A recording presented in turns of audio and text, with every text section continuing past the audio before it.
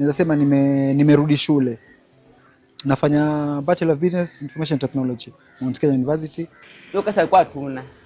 Ni vitu ilikuwa tuna, sasa tumepata. Tumeshukuru sana sisi. 743 million.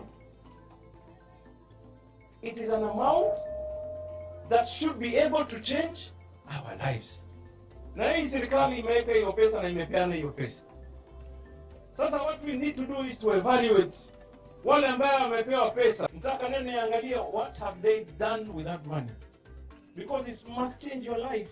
I have given a directive that it must be on items that are beneficial to blue economy.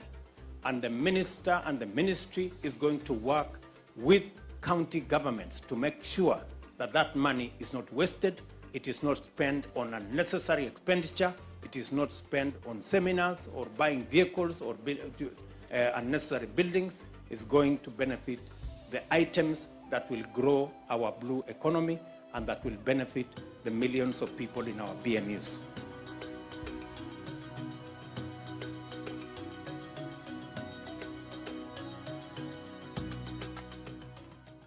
Historia ya kuanzisha huu mradi wa kuku, unajua mimi nimelelewa na babangu kwa mvuvi, na katika maisha yote hata tukiwa shule ulikuwa mpaka uone baba ametoka na nini baharini ndio ujue hiki itaenda vipi. So bahari na changamoto ambako kuna muda ufika ikawa kuna upepo kusi ile. Sasa ikifika ile wa baharini hakuna kitu.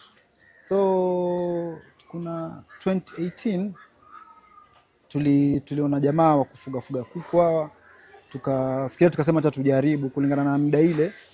So nilikuwa kwa na mwenzangu, tulikuwa wawili. Kuna bro nyumba yake alibadilisha mabati. So ile mabati yalivyoangushwa pale, tukamwambia asiauze. Ndio tukachukua tukajenga banda letu la kwanza. Ile side ya kule kuna ile banda ile ambayo tunasema na hold lot 3. So tulijenga ikani banda ya hold kukumia. Muda ya kwanza 2018 mpaka kama 2020 2021 hivyo. Tulikuwa ni hapo kukumia 200. Tulipofika 300, maana ilikuwa tuwasave tukiongeza hapo. Tulifika 300 tukajaribu kuruma. Ilikuwa ikifika time ya kusafisha banda, saa nyingine tuachukua marafiki zetu wengine tuwaingiza pale. So tulivyoona kama kukumia alikuwa tufanya watu wawili, kuku 150 tukafika kuku 200, ilikuwa kuku 350. Tukaamua tukaongeza watu watatu. Katika wale ilikuwa tukitusaidia pale. Maana ilikuwa tukichinja kama hivi waja. Sasa ilikuwa tusaidiana nao pale, alafu wape kitu kidogo. Tukaonelea kwa nini tusiweke hapa tuingie full ambako toka tusaidiana kazi zote. So tukaeka pale. I think ni 2021 tulisikia hiyo, ndio tukaanza kusikia hii ya Kensfield kwamba watu hizo grant nini. So tulijaribu hivyo alafu ndo tuseme kama bahati nzuri tulipigwa simu tukaambiwa ile ni yetu imekubaliwa kule. Tulikuwa tumeapply kuku 4000 katika ile pale. So walivyopitisha ile tukaweza kujenga ile banda la pili. So kutoka kuku 100 hiyo mpaka sasa tuko na lote ambazo zina run ni kuku 1250. Pesa tulipata ilikuwa 2.9 million, ambako katika 10% yetu ilikuwa 296,000. If the total project cost is 3 million, then we have the 90% comes from the Kensford 2.7, then 300 is community contribution. So you commit yourself as a group. And majority of our communities are hawajiwezi. So we don't put cash because they're not able to raise the cash. We put in-kind. For instance, if we are constructing a poultry house, the in-kind community contribution, there will be a construction of the poultry house itself, the labor, the mandate. Instead of us hiring a contractor to build our poultry house, as the CAG members, we will do it. Sisi wenyewe, we will do the actual rearing of the chicks, because if we don't do it, we need to hire someone who we might pay. So we normally have the cash and in-kind community contribution registers that we normally fill on a monthly basis for the community to be able to account for the 10% mandatory community contribution. Hii mradi wa Kensfield alituletea wale maofisa wale wa agriculture, ambako kuna vitu vingi ilikuwa tufanya. Tunasema ilikuwa mimi ilikuwa ya survive, lakini ilikuwa kuna makosa mengi tufanya. Kwa hivyo walitufundisha masuala ya vaccination. Kuna venye ilikuwa hizi lots zina move. Sisi ilikuwa hizi lots zetu wakiwa wadogo kama tuseme tu 350 ilikuwa tuweka 200 na 150 lot mbili, tunaweka mali kwa brooding alafu wana move hivyo. So tulikuwa advice kwamba pale mali wako wabaki pale pale, azin wakianza kuja pale from brooding mpaka wakianza kutoka wakibaki pale pale mpaka ile ukishauza unaosha pale unaweka dawa. Ndio kama kuna lot nyingine iko kule kando, kila mtu anabaki na ile, kama kuna outbreak huku tabaki hapa hapa, haita affect ile lot nyingine.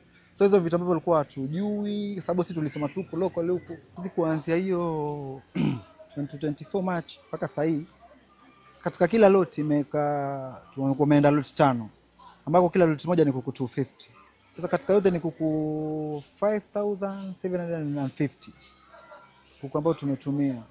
Katika hiyo 250 ni kwamba wanarudisha mali, as in capital inarudi, as in ni vifaranga, feeds, vaccine, vitamins ambazo zitatumika pale, as in wataregesha yote, wataweka kando, then watachukua profit. Katika profit watapewa 2000, wataweka kwa, wataregesha kwa chama, alafu hiyo profit wanatumia wao.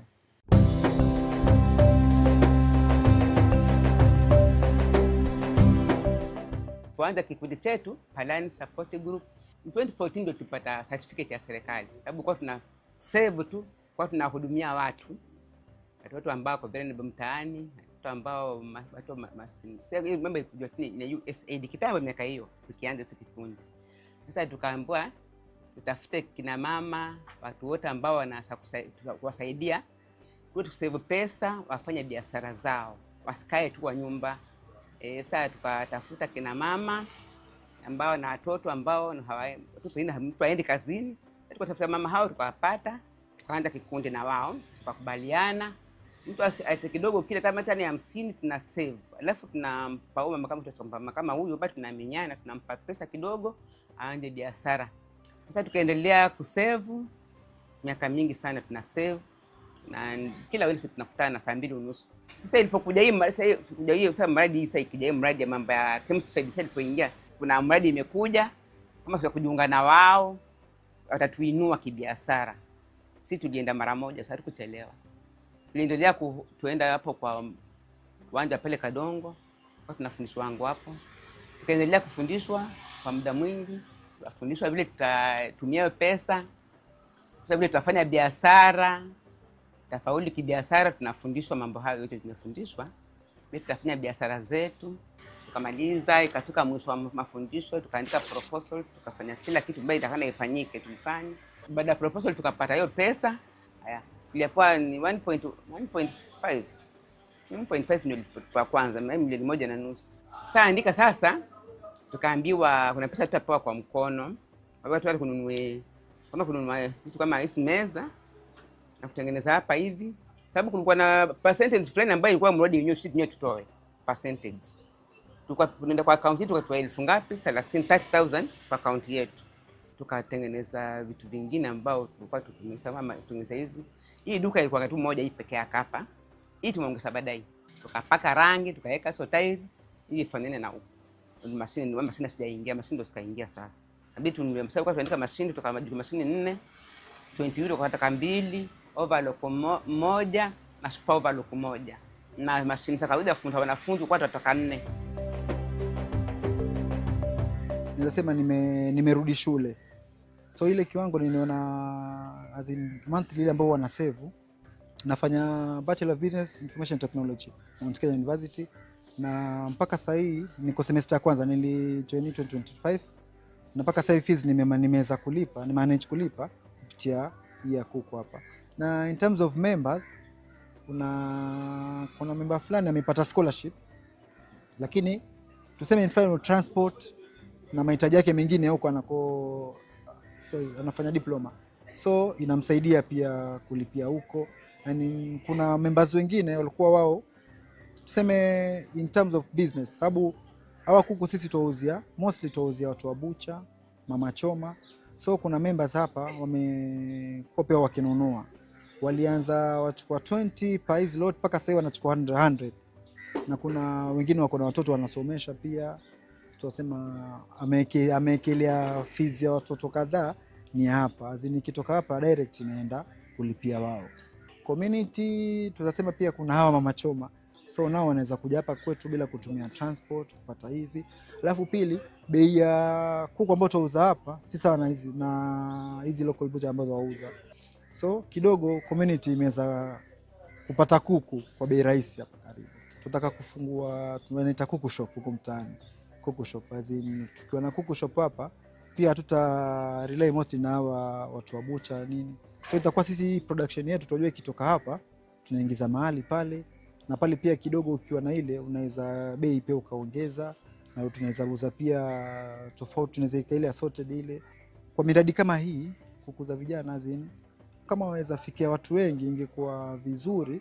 Wajaribu ile miradi kama hii izidi kuja, waweze kufikia watu, ndio mtu kidogo wafunguka ile idea kidogo, ukaona waweza fanya nini.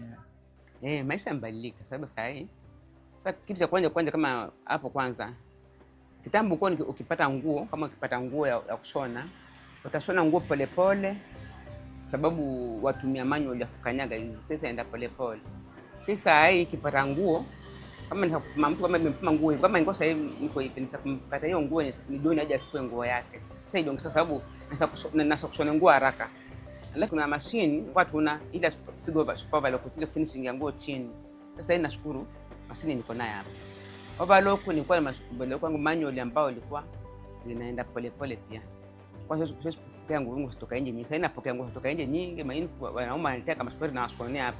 Sasa nimepata faida. Nashona tu overlock, nashona tu overlock, na nashona nguo haraka angalau napata faida. Nilikuwa kitambo nilikuwa sitaki kufanya overlock sababu overlock kuingia yachelewesha. Yaani tukifanya kazi au tuna pesa kama mwisho ukisha tunaangalia pesa ngapi tumepata. Tunasema kwa napeleka kwa account. Na tunataka kidogo sababu kwa pound zote tunachukua pesa kama tunaangalia vitu ambavyo vimeisha. Nikipata pesa siko kwa account zote naenda kununua vitu ambavyo haviko. Ili angalau mtu akija, hata mtu ataka kununua kitu akashone kwake, mafundi wengine wasikose. Kwa mwaka tunapatia kwa mwaka tupatia hata Desemba tunapatia Desemba members. Tunapatia Desemba. Kila mwezi ukifika unapatia watu pesa. Sisi tusielewana.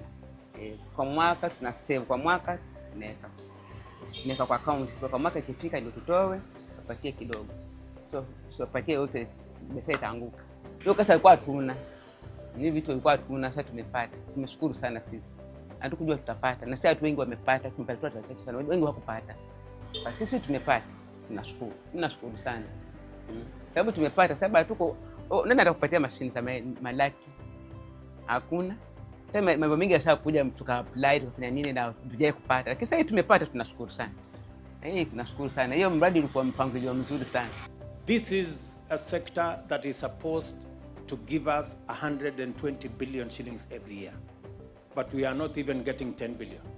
So there is a lot of work for us to do, and we need to work together.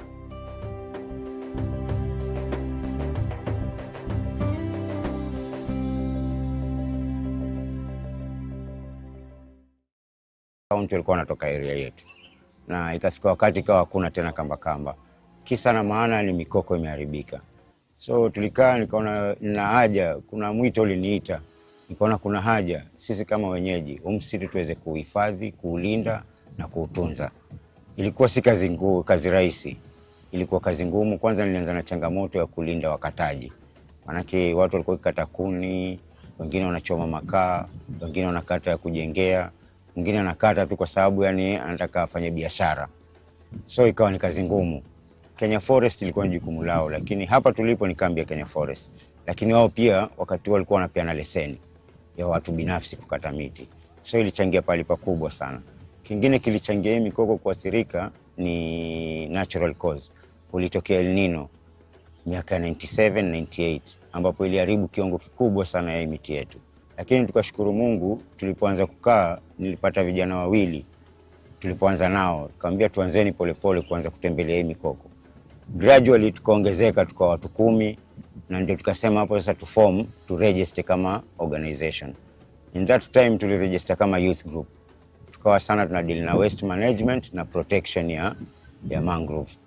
So by 2012 tulikuwa tusha register kama organization na tukaanza hiyo kulinda.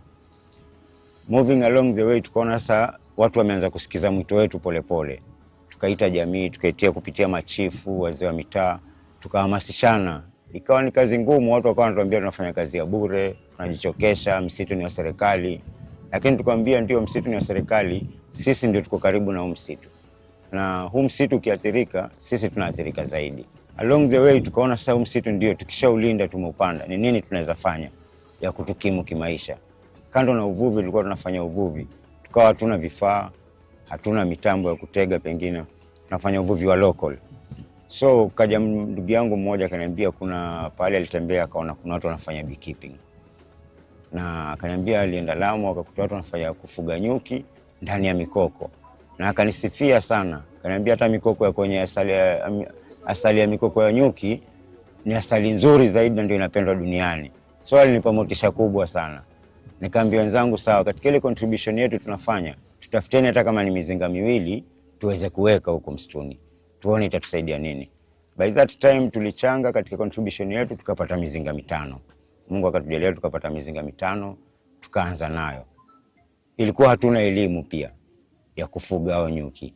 Yule ndugu yangu akaniambia tutakutafutia mwalimu kutoka Wizara ya Agriculture na Livestock, atawapatia basic. Tukapewa basic, ndio nikaanza kujua sasa kuhusu kufuga nyuki. Baada ya muda tukasikia kuna hii wizara ya blue economy imekuja inatoa ufadhili kwa vikundi. Tukafuatilizia through Kenya Fisheries, tukaambiwa mradi umeletwa kwa county, unasimamiwa na county through World Bank. Tukakaa chini kama kikundi tukasema tunaweza fanya vipi tusaidike. Tukaandika proposal, tukapeleka kwa county, wakatuambia hii itaenda kwa blue economy. Tukasema hii beekeeping kwa sababu tumeanza na mizinga 5 na tumeona kidogo tunapata. Tukiweza kupata ufadhili, tupate hii mizinga kwa wingi, itatusaidia kando na kuvuna asali, pia itatusaidia kwa kulinda ile mikoko. Sababu mtu akienda kukata mti pale kuna nyuki, wale nyuki wanakasirika. So tukaona itatusaidia two purposes. Before implementation of the sub-projects at a community level, the Kemsford project provides training to the community groups who are successful for funding. Some of the trainings that have been conducted and are mandatory before implementation include group leadership and dynamics, a community procurement and financial management, and targeted value chain trainings. Tunaenda training nyingi, lakini muda si kuwa tumeenda tukifuatana. Yani tunaenda tunakaa alafu tunaenda tena trainee, narudi mpaka mradi ukaja ukaapproviwa, tukatumana tena hizo dokumenti zetu, yani budget. Sasa pesa tumepata 2.046 million na content contribution ni 247,000. 10% yetu ni in kind. Tulijitolea kupanda restore msitu na pesa nyingine ni zile za kufanya kazi. In-kind community contribution includes labor and materials. The total project cost is 100%, 90% is Kemsford grant, the 10% is community contribution. Tukaletewa mizinga 140. Huwa sasa ni mwaka wa 2023, 2024. Na kwa uwezo wa Mungu na kwa bidii yetu tunayoiweka, katika mizinga yote 84 ime-colonize nyuki. Colonize nyuki yani imeshika, imepata ina colony za nyuki. Colony ya nyuki ni kila mzinga una famili moja ndani ile colony. Na hivyo ndio tumekuwa tukikaa nao. Na tunashukuru tumeweza kupata mafunzo pia kabla tupewe mizinga 140. Tulipitishwa mafunzo kama kikundi. Tulipitishwa mafunzo ya leadership, tukapitishwa mafunzo ya governance, tukapitishwa mafunzo ya financial management, pia tukapitishwa mafunzo ya value addition. So pale tuliweza kulearn more zile tulikuwa tujui huko nyuma. Na ndio zimetupatia kiwango kikubwa kile hata saa hizi tunaweza sema, mimi naweza sema naweza kuwa mwalimu nikafundisha wengine pia kwa sababu ya huu mradi. Sababu nimepitia hiyo au mafunzo mpaka nikaweza kuelewa zaidi. Ile mizinga ya kwanza 5 tulikuwa nayo, hata bei ya asali ilikuwa tujui. Wakati huo tulikuwa tunauza asali kilo 1 800. Hata tulikuwa tunauza kiasi ya 800 700. Sababu tulikuwa tujui thamani yake. Sisi tulikuwa tunafanya tu kwa sababu tushakuwa na ile hari tunataka tufuge nyuki. Lakini baada ya kuja kupitia kwa haya mafunzo tulipata kuona value ya ile asali iko juu hata kuliko vile tulikuwa tunafikiria. So wakati huo tulikuwa tunauza 800 na tulikuwa tunapata maximum kwa hiyo mizinga 5 ilitutengezea karibu 70,000 wakati huo nyuma, na ile 70,000 ilitusaidia sisi kama chama. Tulikuwa tunataka kununua vifaa vingine, tuliweza kununua B-suit, hizo smoker, gumboots, na pia wanachama wakajimudu kwa kitu kidogo wakati huo. Sasa hizi tulipopata hii 140 tulikuwa tushapata elimu na tukapata mafunzo na pia tukapata nguvu ile tulikuwa tunahitaji ya kuendeleza mradi wetu. Tulipopata hii 140 tumeweka 110 sasa hivi. Harvest ya kwanza tulivuna over 500 kilos. Na kilo moja tunauza 1,200. Tumefanya harvest mbili tokea tupate hii 140. Harvest ya kwanza tulivuna 550, ya pili tukavuna 400 kilos. Hizo ni out of 80 hives. Ndio tulipata hiyo amount. Na imetutengezea almost 1,140,000. Hiyo pesa tuliigawanya katika percentage tatu. 50% ilikuwa itaenda kwa members. 30% inarudi kwa organization ya maintenance na servicing ya hiyo mizinga. 20% ni contribution. Zile tulikuwa tunasema savings zetu. Hiyo ni savings ya some other projects tukitaka kufanya. Katika hii 50% tulikuwa tunasema tutagawanya kwa members. At least kila member alikuwa tumempatia challenge tufanye biashara. Kama mimi nashukuru niliweza kupata pikipiki, hata kuna vijana wanafanya pikipiki za kama 2 saizi kwa barabarani. Kuna wenzangu wameweza kufanya mradi wa kutengeza shampoo, sabuni na wanauza. Kuna mama mmoja anauza samaki, kamba kama mama karanga vile, na bado anaendelea na biashara yake. Kuna wengine pia nyumba yake ilikuwa imeanza kuanguka, alirekebisha na sasa hiyo uko vizuri, hata ameweka mpaka stima. So tunaona in the next 1 year tena ingine tukiendelea kufanya hivyo, kuna sisi kama wanachama inawezekana pia tukakaa kwenye nyumba za gorofa na za tiles kupitia huu mradi. Tunawake sisi tulikuwa tumeweza kukaa nyumba za udongo sababu ndio hali zetu, lakini tukiendelea kujishika na huu mradi ukitununuku na tuendeleze vizuri, tuna imani kama organization tunaweza kuata na gari yetu, tunaweza toka hapa tukasema tuna supply Nairobi, tuna supply Kisumu. Hiyo ndio malengo yetu. Na upande wa blue economy tungependa kushukuru sana kwa huu mradi waliouleta, sababu huu mradi wa Kemsfed, kando na mimi binafsi kama kikundi changu na mimi binafsi, ile benefit nimepata sikutarajia kwa upande wa serikali wanaweza kutusupport kiasi hicho. Na ningeomba kama kuna vile wanaweza kuongezea support, hizi vikundi zingine bado ziendelee kukuzwa. Hii approach wamechukua, hii group model approach, ni approach nyingine mimi nimeipenda sana, sababu ni from the grassroots level. Sisi watu wa chini tulikuwa tunafikiria hivyo miradi mikubwa inaenda huko juu tu, lakini tulipoona imekuja kutufikia, tulipoandika hii proposal, sisi tulikuwa tunafikiri tuandike proposal ya 100,000. Lakini tukaambiwa sasa nyinyi mnafanya mambo environment. Tulikuwa tunaambiwa mambo ya 2,000,000, nikafikiri tutapewa 2,000,000 kweli sisi? Sikuwa naamini. Lakini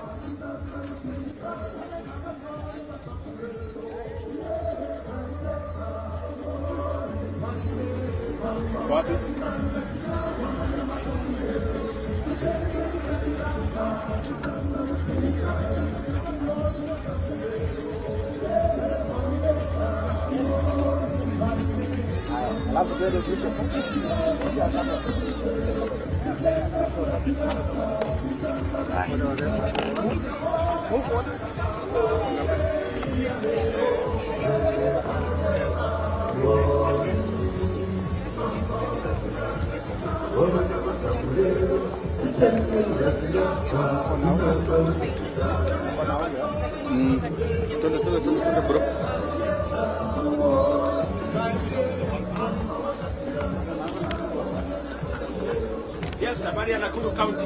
Welcome, Your Excellency. Nakuru. Habari Kihagi. Very good, Your Excellency. Nakuru County will boast of our city. Municipalities. We effectively participated in Kenya's plan. Yes. We were able to do the Naivasha modern market. Very good. We have now a stadium. We did the two pavilions covering about 10,000. We are happy that we commissioned now phase 1 and 2, covering about 6,000. We've done the resource center is there. We've also done infrastructure to make our sinking gas, inclusive and resilient. You've hearing in our system affordable housing. That's Bahati. That's Bahati. So Bahati is ready. Bahati is ready. Kidogo tu alafu Bagon is ready. Bagon is ready. Quite a number of others are just about to begin. Very good. Yes. We also, through the government, are very grateful about the marketing program. Very good. Program. Yes. Including the metropolitan market, just about to begin. Very good. So we are very, very happy. The one in town. Yes, the one in town. Very good. Our stadium is improving on the road. We are doing very well. And we really thank you for the love.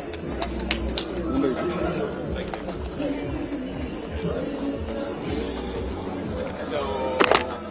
How are you? This is the one in charge of the bank and the work. Very, very good. Yes.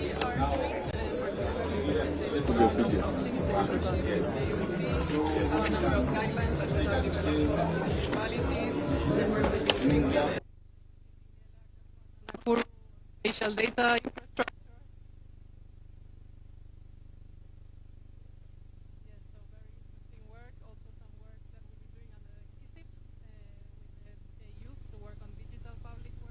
For them to collect data in the informal settlements to inform the project. It's a very successful initiative the PS is leading. So we are very happy to be supporting. Thank you very much.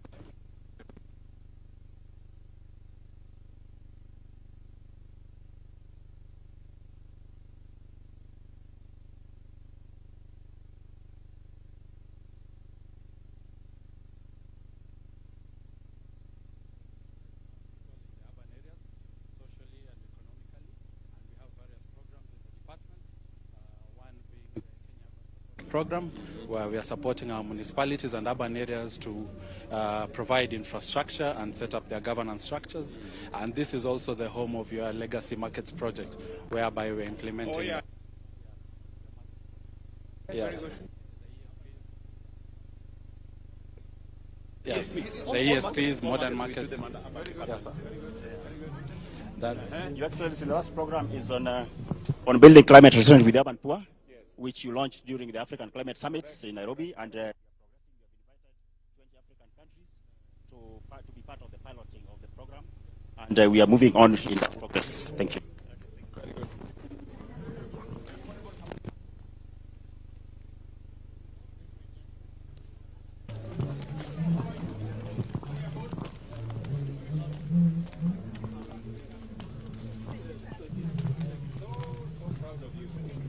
Thank you, sir. Thank you very much. Thank you very much. Thank you very much. Okay. You people are changing Kenya. Yes, Your Excellency. Yes. And thank you to your vision and the sacrifice of millions of Kenyans. You were powering the affordable housing program. Correct. And through our twin, the Boma Yangu, which is the entry point for the affordable housing registration. How many people now registered on over 700,000 and growing. Particularly projects, the registration is spiking. on a daily basis. Very good. So Very good. we're very grateful. These are some of your These are projects? some of the projects. This is now the landing page.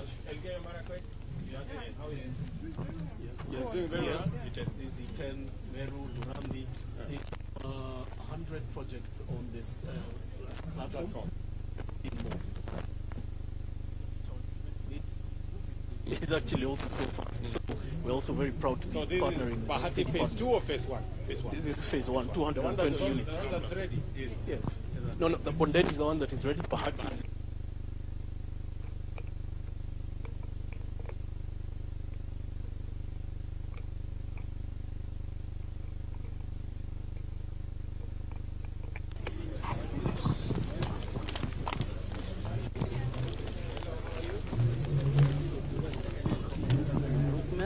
project that we do planning and survey, and we do some infrastructure.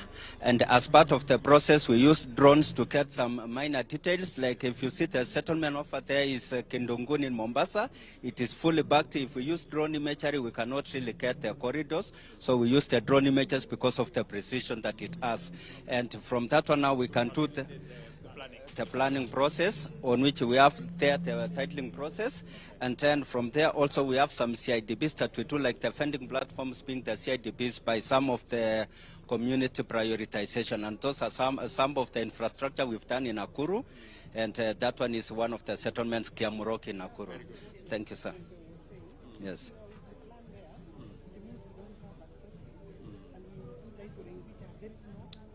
And then you end up with formalizing... Thank you, sir.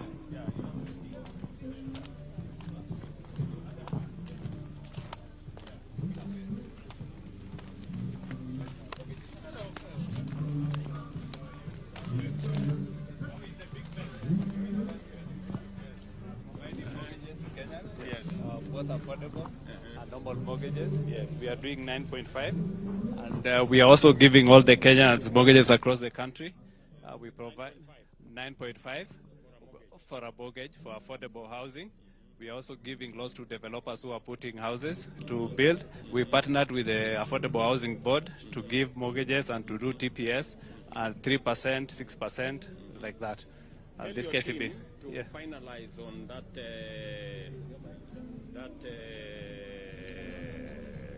product. Yeah. On affordable health. Affordable health. Okay, we are going to do that, sir. Yeah. Thank you.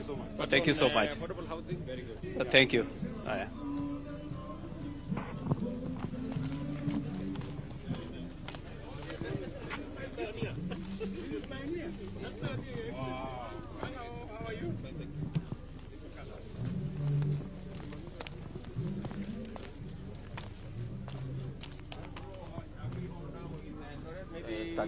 13th floor. We're already at 13th floor? Yes, we're already at 13th floor.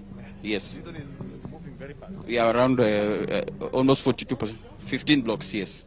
Yes, we are around 40% progress. Yes. We also have city. It's still there. 10%. Railway City. Yes, Railway City. Yes. Also same number of units. Yes. And then you have the one in Kidiwa. Yes, the one in Kidiwa. There's phase 1 and phase 2. Yes. one and phase two. Yeah. Phase 1 is almost 90. Our town is going to change. Yes. Yes. And then, of course, Your Excellency, the market 64. Yes. Yes. Yes. Yeah. We had issues with the... Get it off the ground. Yes, It's off the ground, yes. Yeah, there was a rock issue. Yes. And we couldn't blast it. Yeah. But it is going to be a fantastic market. Yes. You know, if you go to the ground and see this, Yes. I was in Kisumu. I mean, It changes the whole landscape. It blows you away. It blows you away. Wow. Yeah. You think you are somewhere new. Wow. Yeah. Okay.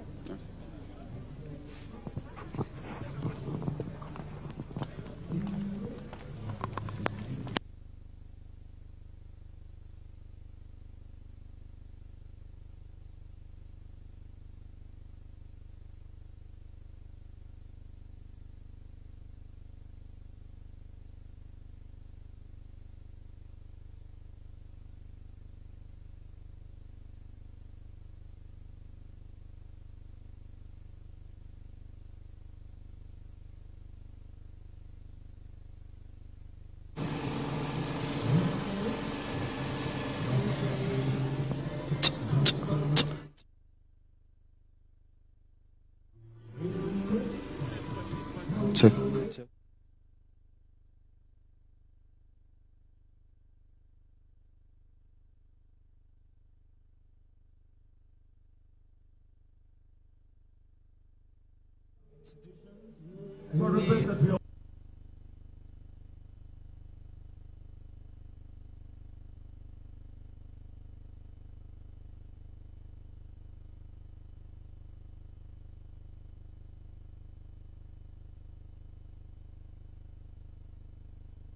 We can be dancing just a little.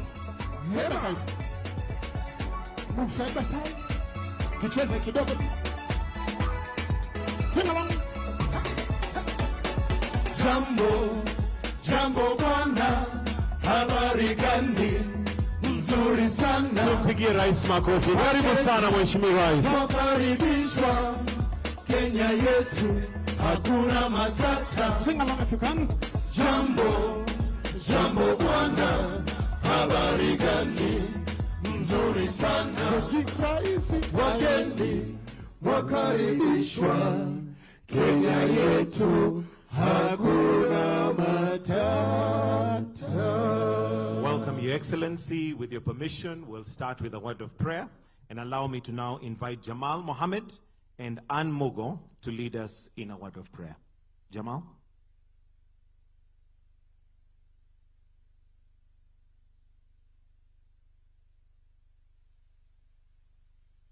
Bismillahir Rahmanir Rahim. Innal hamdalillahi wassalatu wassalamu ala rasulillah. Sifa njema ni zote ni zake Allah peke yake, muumba wa mbingu na ardhi na vyote vilivyomo humo. Ya Allah, ni wewe tunakuabudu na wewe tunakutegemea, na twakuomba utuongoze njia iliyo sawa. Twakuomba uhifadhi nchi yetu ya Kenya, rais wetu mheshimiwa wa Jamhuri ya Kenya Daktari William Ruto, viongozi wake, mashirika yake, taasisi zake, majeshi yake na wananchi wote kwa jumla. Ya Allah, twajisajilisha kwako na hili kongamano na mambo yake, mipango yake, fikra zake, majadiliano na mwisho matokeo yake. Twakuomba ujalie mkusanyiko huu uwe wa amani na huruma. Twakuomba Allah, kama vile ulivyotuamrisha, ututakabalie kama vile ulivyotuahidi, kwani wewe Allah ni mwenye ahadi. Rabbana atina fid dunya hasana wa fil akhirati hasana wa qina adhaban nar. Wa sallallahu ala Muhammadin wa ala alihi wa sallam. Amin. Amen.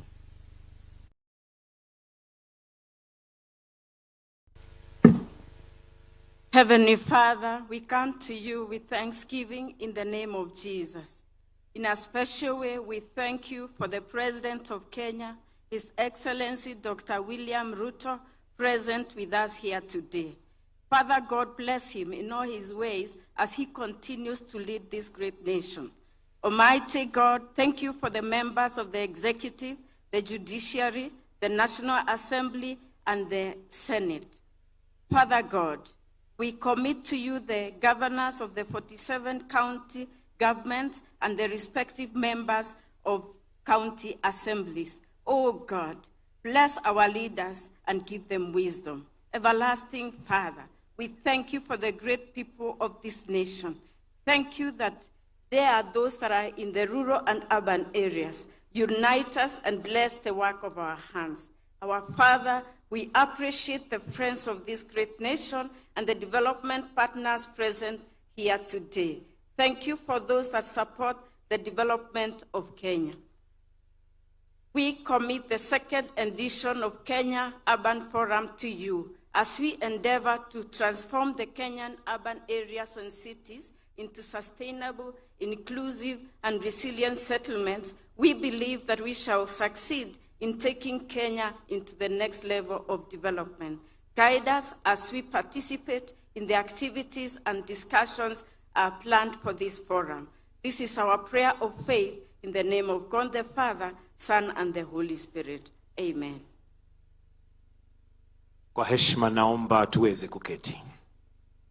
Your Excellency Dr. William Samoei Ruto, President and Commander-in-Chief of the Kenya Defense Forces, Your Excellency Susan Kihika, Governor of Nakuru County, the host county of this event, CS Wahome, CS for Lands, Public Works, Housing and Urban Development, Pierce Charles Hinga, Chimiao Fan, World Bank Division Director, Mr. Ishaku Maitumbi, UN Habitat, members of Parliament present, senior national government and county government officials, stakeholders, distinguished guests, ladies and gentlemen. Your Excellency, sir, with your permission to start us off with a few speeches and remarks, I'll invite Governor Nakuru County, Governor Honorable Susan Kihika, to make some welcoming remarks. Why don't we welcome her with a warm clap? I hear her, some call her Suzy, Governor Suzy. Karibu sana.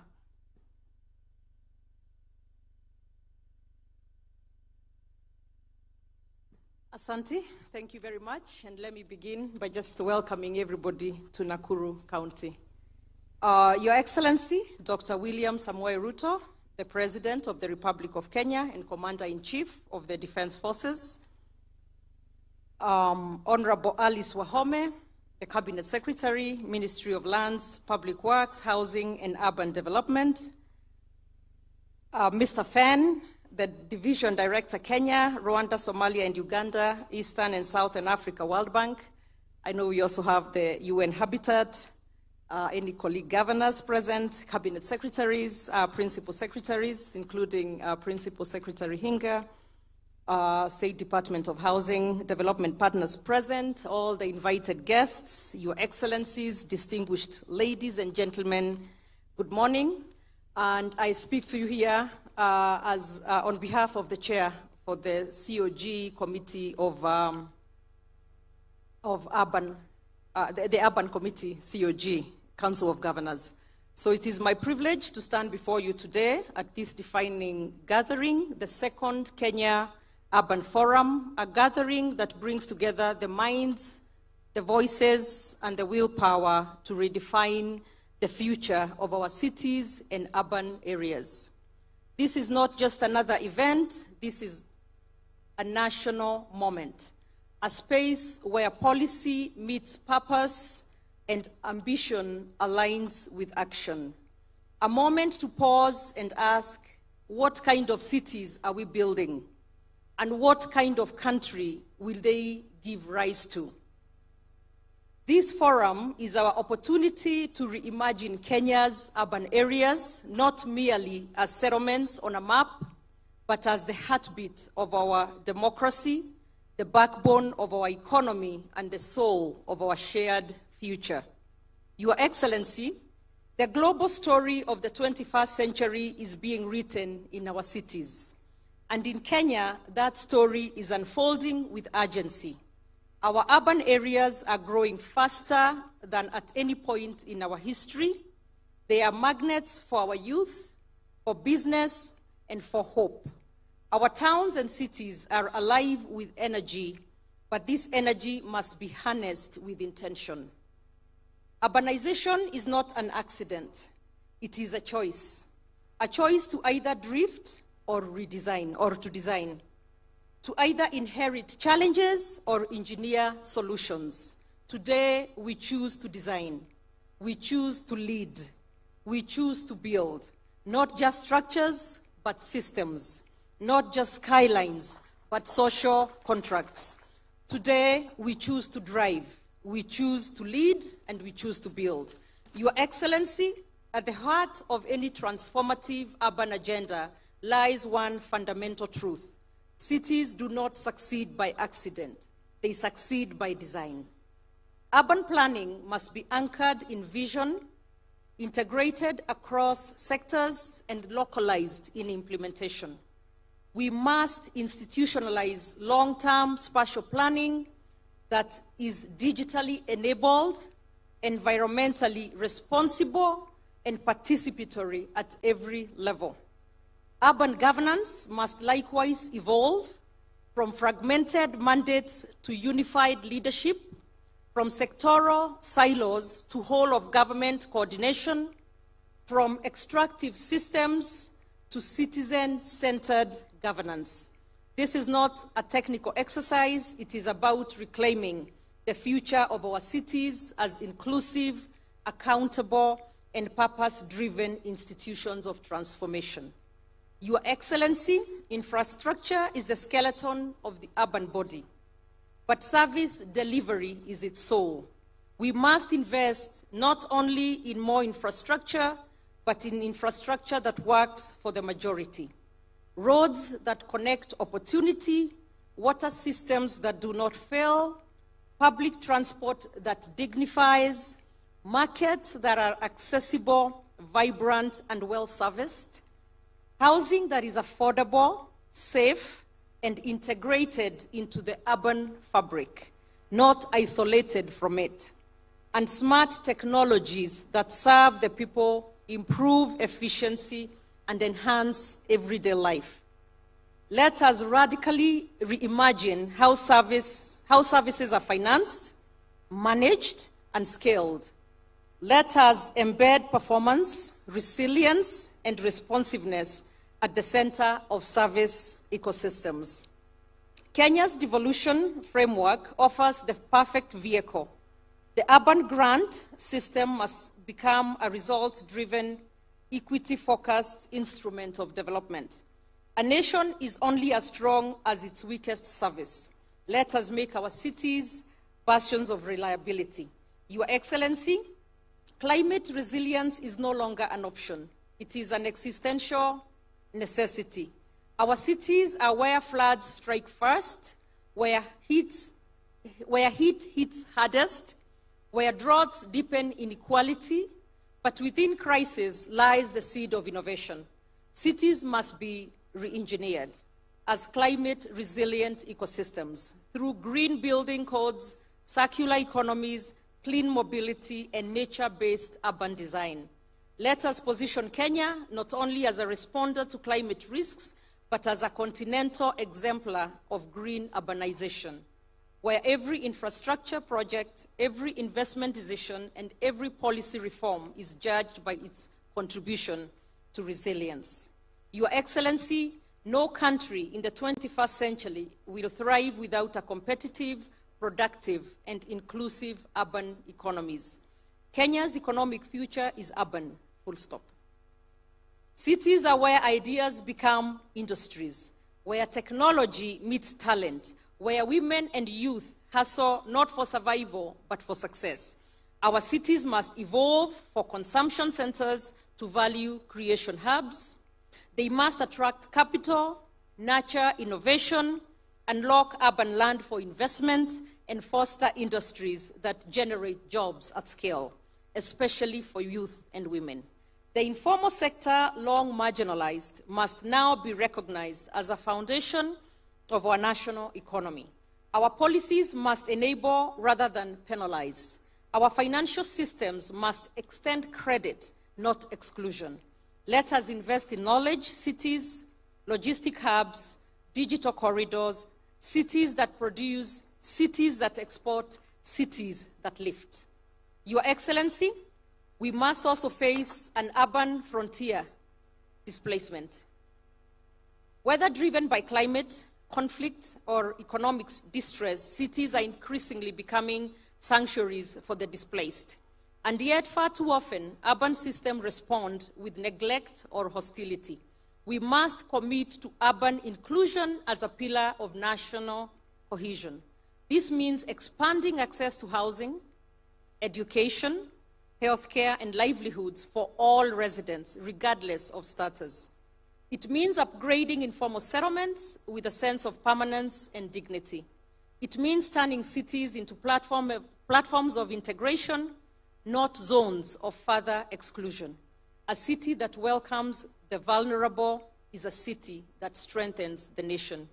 Your Excellency, in conclusion, the cities we build today will determine the country that we inherit tomorrow. Urbanization is not a sector, it is the stage on which every national ambition will either rise or fall. We must treat urban development as a sovereign priority, on par with security, education, and health. We must build coalitions that bridge the public, private, civic, and community sectors. And above all, Your Excellency, we must lead with courage, as you often do. The courage to plan beyond political cycles, to act beyond institutional mandates, and to dream beyond the limits of the present. Kenya's urban future is not ahead of us, it is upon us. The time to unlock it is now. Let this forum not end in declarations, let it begin the decade of delivery. Thank you. God bless our cities and God bless Kenya. Thank you.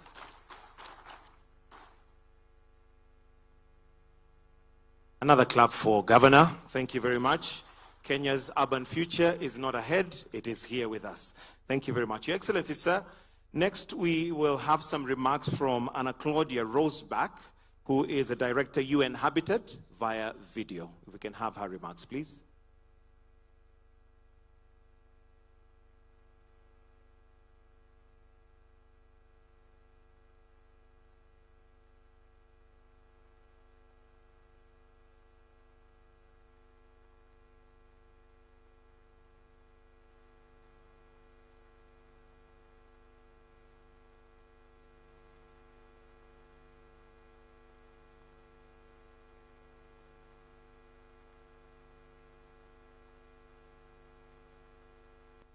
Your Excellency Dr. William Ruto, President of the Republic of Kenya, honorable guests, distinguished delegates, colleagues, friends, ladies and gentlemen. A very good morning, afternoon, evening to all of you. Habari zenu. Special thanks, Honorable Susan Kika, Governor of Nakuru, for hosting this event and for the remarks. The second Kenya Urban Forum is happening after the resumed second session of the United Nations Habitat Assembly held last month, during which member states, including Kenya, endorsed and adopted the UN Habitat Strategic Plan for the period 2026-29 to advance adequate housing for all. Amidst the growing global housing crisis affecting all regions of the world, the UN Habitat Strategic Plan places adequate housing, land, basic services, and the transformation of slums and informal settlements at the heart of global efforts to build inclusive, climate resilient, and sustainable cities. By advancing improved access to housing, we believe that we can have an impact in tackling poverty and inequality, climate change, and humanitarian crisis.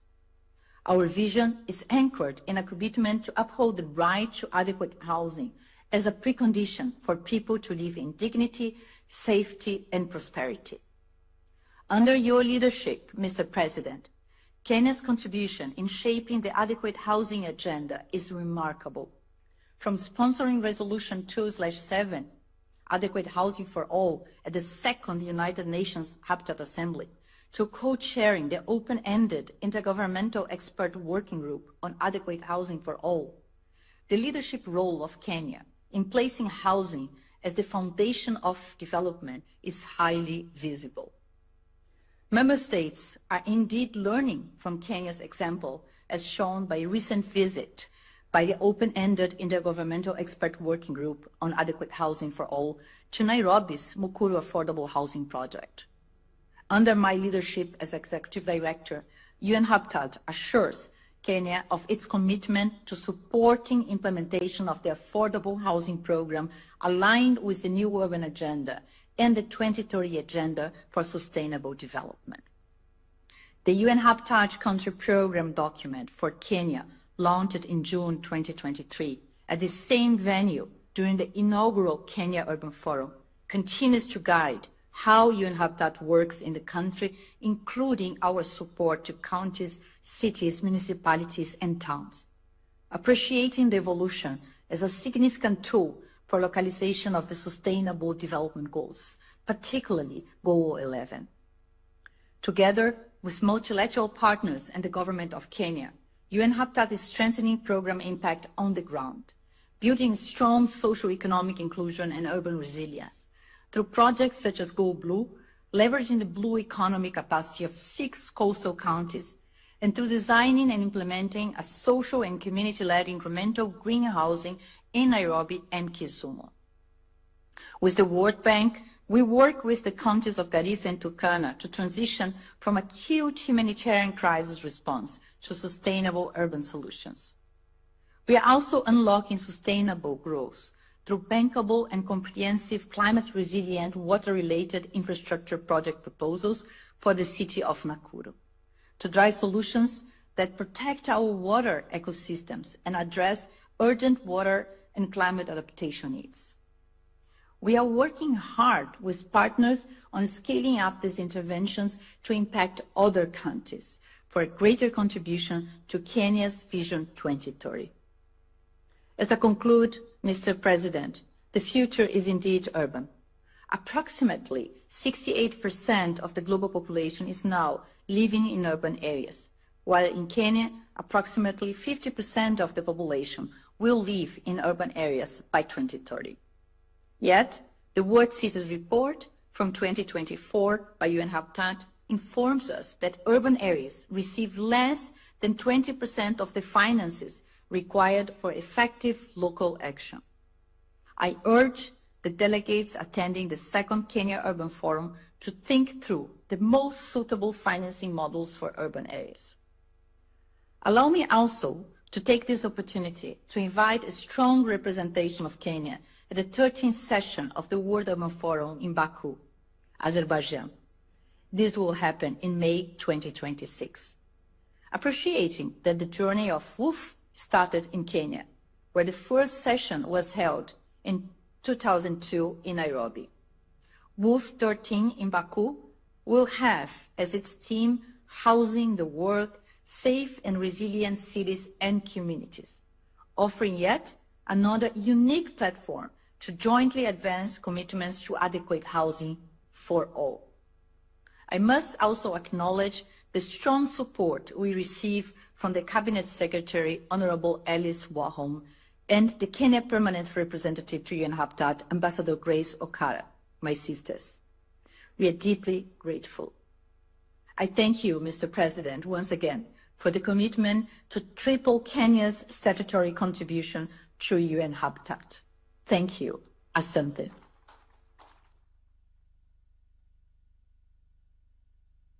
Wonderful. And in case you had missed the theme is actually "The Future is Urban, Driving Kenya's Urban Transformation." Your Excellency, sir, present in the room, we also have World Bank. And allow me at this point to invite Chimiao Fan, who's a World Bank Division Director, to make a few remarks. Why don't we welcome him with a clap? Welcome, sir.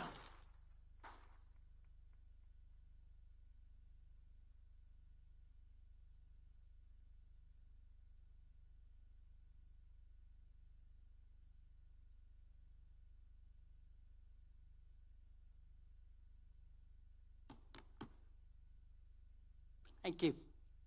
Your Excellency, President Ruto, Honorable Cabinet Secretaries, Governors, Principal Secretaries, other senior government representatives, distinguished guests, ladies and gentlemen, Jumbo. It is an honor, indeed a privilege, to participate in the second Kenya Urban Forum and to represent the World Bank Group at this important event. This forum brings together key stakeholders to discuss crucial issues related to the rapid urbanization and how we can collectively advance the urban development agenda in Kenya. As you all know well, more than half of the world's population currently lives in cities. And this figure is expected to rise to nearly 70% by 2050. In Kenya, our urban population is growing at an estimated rate of 4.3% annually, one of the fastest globally. And Kenya's urban population is projected to reach 50% very soon, by 2050 at the latest. This very rapid urbanization clearly presents significant challenges in terms of access to jobs, housing, infrastructure, and urban service delivery. It has, in many cases, led to congestions, air pollution, environmental degradation, infrastructure bottlenecks, large informal settlements, and slums. Your Excellency, ladies and gentlemen, These challenges notwithstanding, if managed well, we at the World Bank Group also see this rapid urbanization as an important opportunity for development.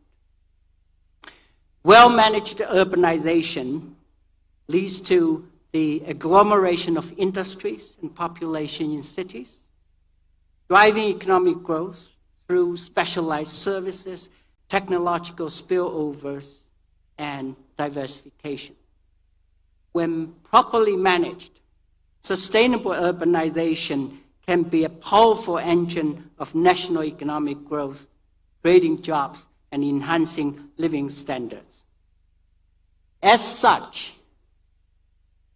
the World Bank Group is very committed to investing in resilient, low-carbon infrastructure and services, safe, adequate, and affordable housing, an area I know Your Excellency, Mr. President, is really dear to your heart, and vibrant local economies and strong and responsive local governments in urban centers.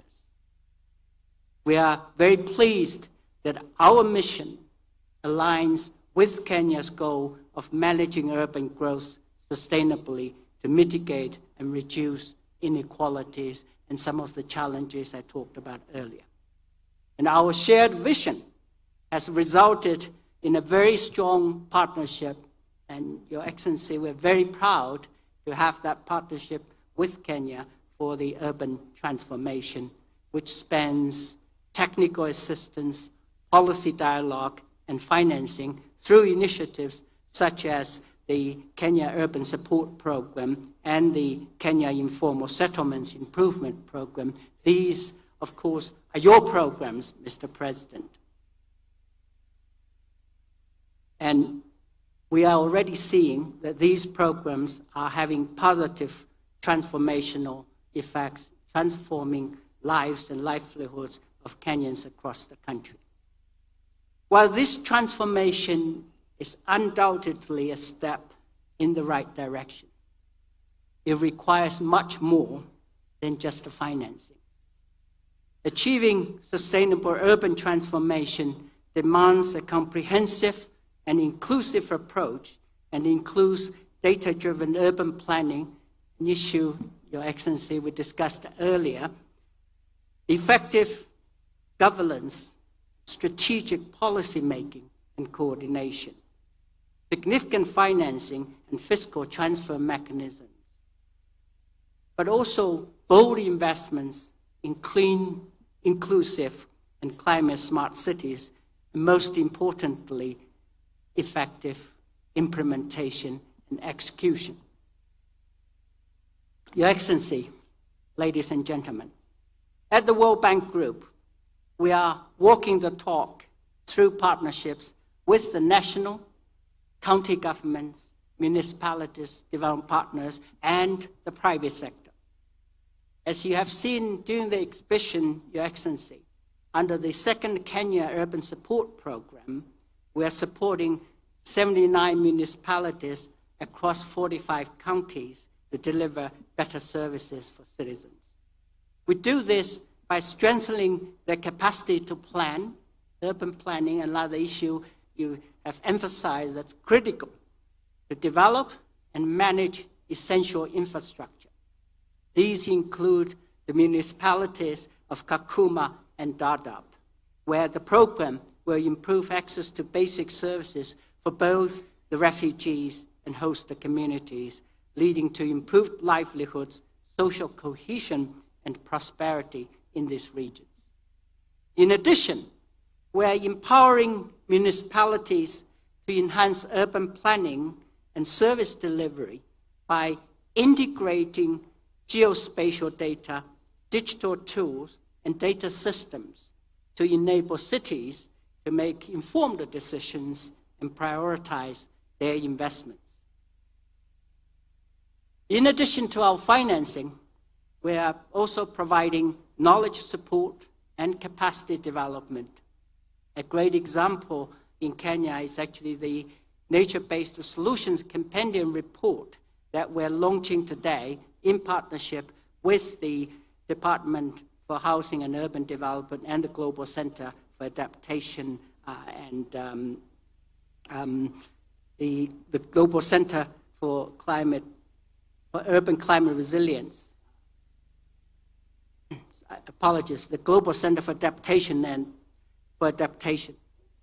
This, together with the masterclass program on urban climate resilience at the Kenya School of Government, will help to enhance the capacity of municipalities to design, to plan, and implement climate resilience investments. The success of urban transformation depends on making the right investments now. Investments that strengthen essential infrastructure, unblock new jobs, and build cities that are more sustainable and resilient. Your Excellency, as you indicated earlier, sometimes some of these decisions are difficult and may not necessarily be understood by those, by many of the stakeholders. It's essential that we use as much as data and evidence to make those decisions and to explain those decisions to the citizens.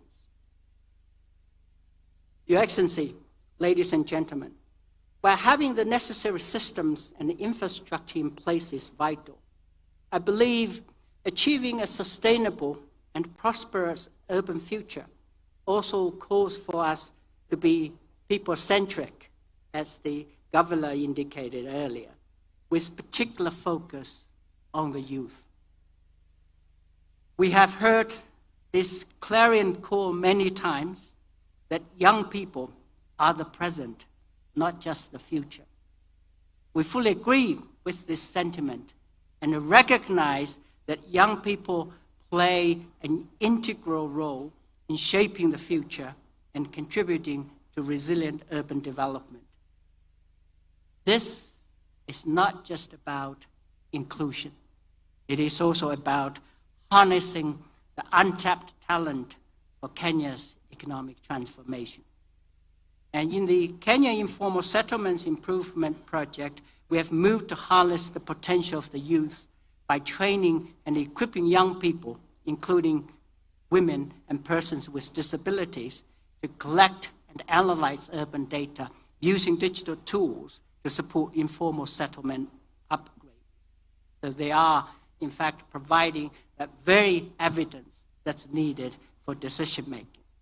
Their enthusiasm, commitment, and ingenuity are already contributing to more inclusive and resilient neighborhoods and cities, and we hope to see more of this in the future. The Kenya Jobs and Economic Transformation Project, Your Excellency, which you also know well, we support, is also aligned with this people-centric approach. The project aims to place quality jobs at the heart of development by increasing private sector investments, improving access to markets, and promoting sustainable finance. This $150 million project is expected to benefit at least 45,000 Kenyans, including 6,800 women, by creating new or improved job opportunities. Your Excellency, ladies and gentlemen, Sub-Saharan Africa's towns and cities are growing faster than any other region. Every new street, house, and water pipe is a chance to embed resilience, low carbon efficiency years to come. Climate action in Sub-Saharan Africa, particularly in Kenya, is not a luxury or a slogan.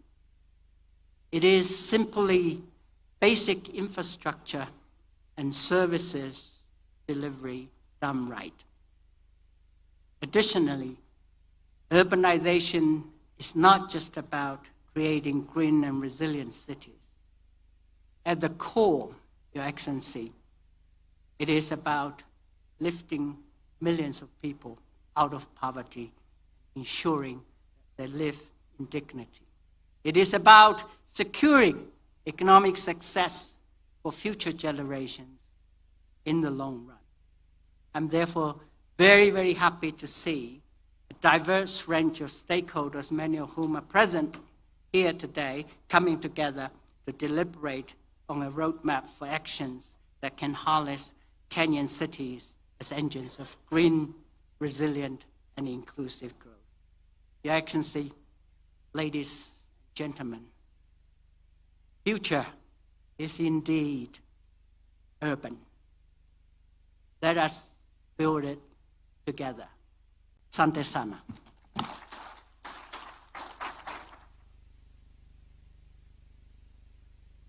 Next, Your Excellency, before we proceed to the panel discussion, allow me to now call on the Cabinet Secretary of Lands, Public Works and Housing and Urban Development, Honorable Alice Wahome. Tumpige makofi tafadhali. Karibu sana. Makofi tena. Thank you very much. Yes, let's not be dull.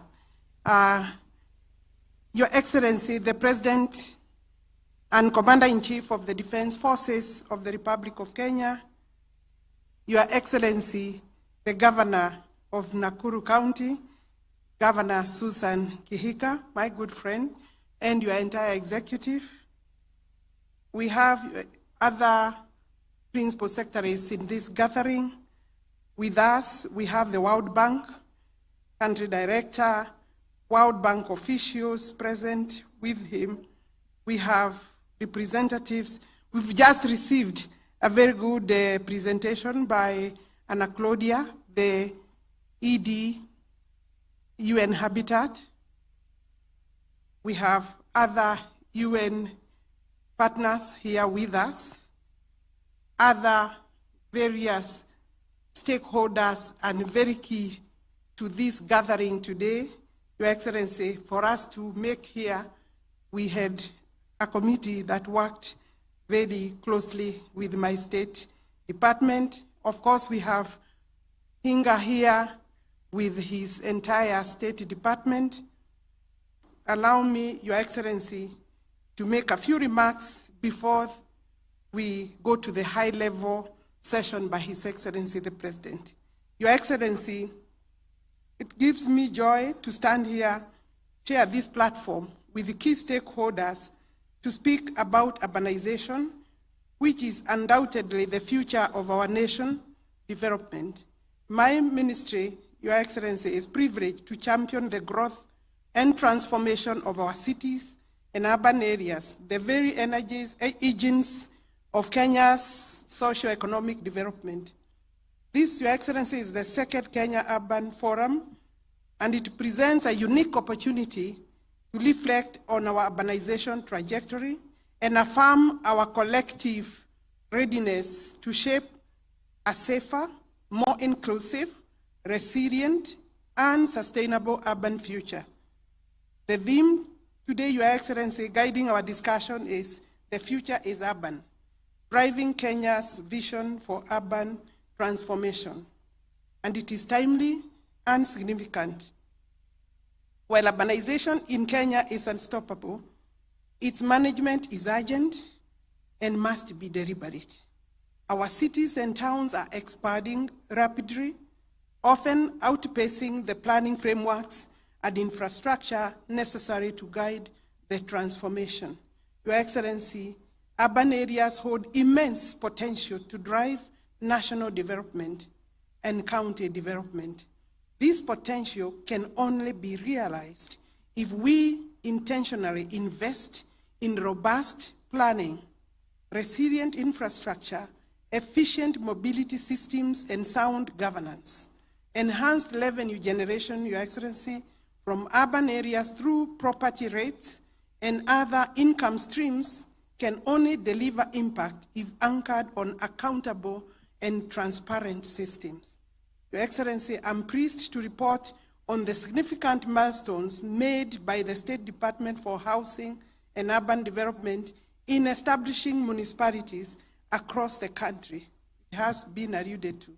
In the last 5 years alone, over 100 municipalities have been established as envisaged under the Urban Areas and Cities Act Amendment number 3 of 2019. Our current focus is to strengthen governance structures and enhance capacity for effective service delivery. Before the advent of devolution, Kenya's urban areas were governed under local authorities as per the now repealed Local Government Act. But the new Constitution 2010 brought into effect a devolved system of government, introduced a third level of governance, that is the urban institutions.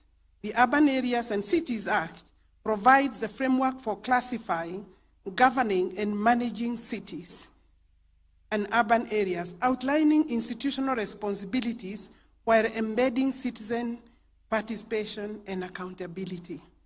Excellency Governors, some of you are here. Governor of Nakuru is representing also the COG. You are here today, and you can attest to the role played by urban boards in enhancing service delivery. This progress has been supported significantly by the World Bank through Kenya Urban Support Program, which is now in its second phase. We remain grateful for this strategic partnership. Kenya has approximately 1,200 urban centers, and with 120 municipalities officially chartered. According to the 2019 census, 310 urban areas meet the threshold of a minimum of 2,000 residents and qualify for classification as towns, municipalities, or cities. I urge county governments to accelerate classification of these centers to allow more structured planning and development. Our urban centers continue to expand, often into agricultural and environmentally sensitive areas. It is imperative that we delineate urban boundaries to promote densification and protect land for food security production, for food production, to allow food security to a farm. And environmentally, we have to look at environmental sustainability, and therefore, when we expand into agricultural areas, we take the risk of reducing land that is clearly needed. And this will also ensure accurate census reporting for future planning, especially as we project that half of Kenya's population is likely to be in urban areas by 2050. That is how the data is looking at. As urban growth, and that means over maybe 30 million Kenyans will be in the urban areas. As urban growth intensifies, so does the demand for housing. The Affordable Housing Program, a flagship under the bottom-up economic transformation agenda, sits at the heart of our efforts to provide decent housing while unlocking jobs, stimulating local economies, and transforming urban settlements. Your Excellency, we have seen renewed momentum in dignifying the lives of urban residents through housing and supporting infrastructure. The handovers in Nakuru, Ruben, and Homa Bay mark just the beginning. Many more developments across the country, in every county, are under construction, and many of them are nearing completion. They will be handed over in the coming months. These efforts are transforming our cities into inclusive, economically vibrant, and environmentally sustainable spaces. One of the pressing issues underpinning urban transformation is availability of land. Many cities lack adequate public land for essential infrastructure and housing. As a ministry, we continue to explore mechanisms to unlock land for public and private development, particularly for low-income housing. We are also implementing land management reforms through Artisan to improve transparency and accountability. That means security of tenure. Additionally, we are reviewing and updating the National Building Code to align with the global principles of energy efficiency, safety, and climate resilience. Towards that, Your Excellency, this last Friday, we did sign under Housing and Urban Development and Public Works and cooperation framework with IFC to cover technical support.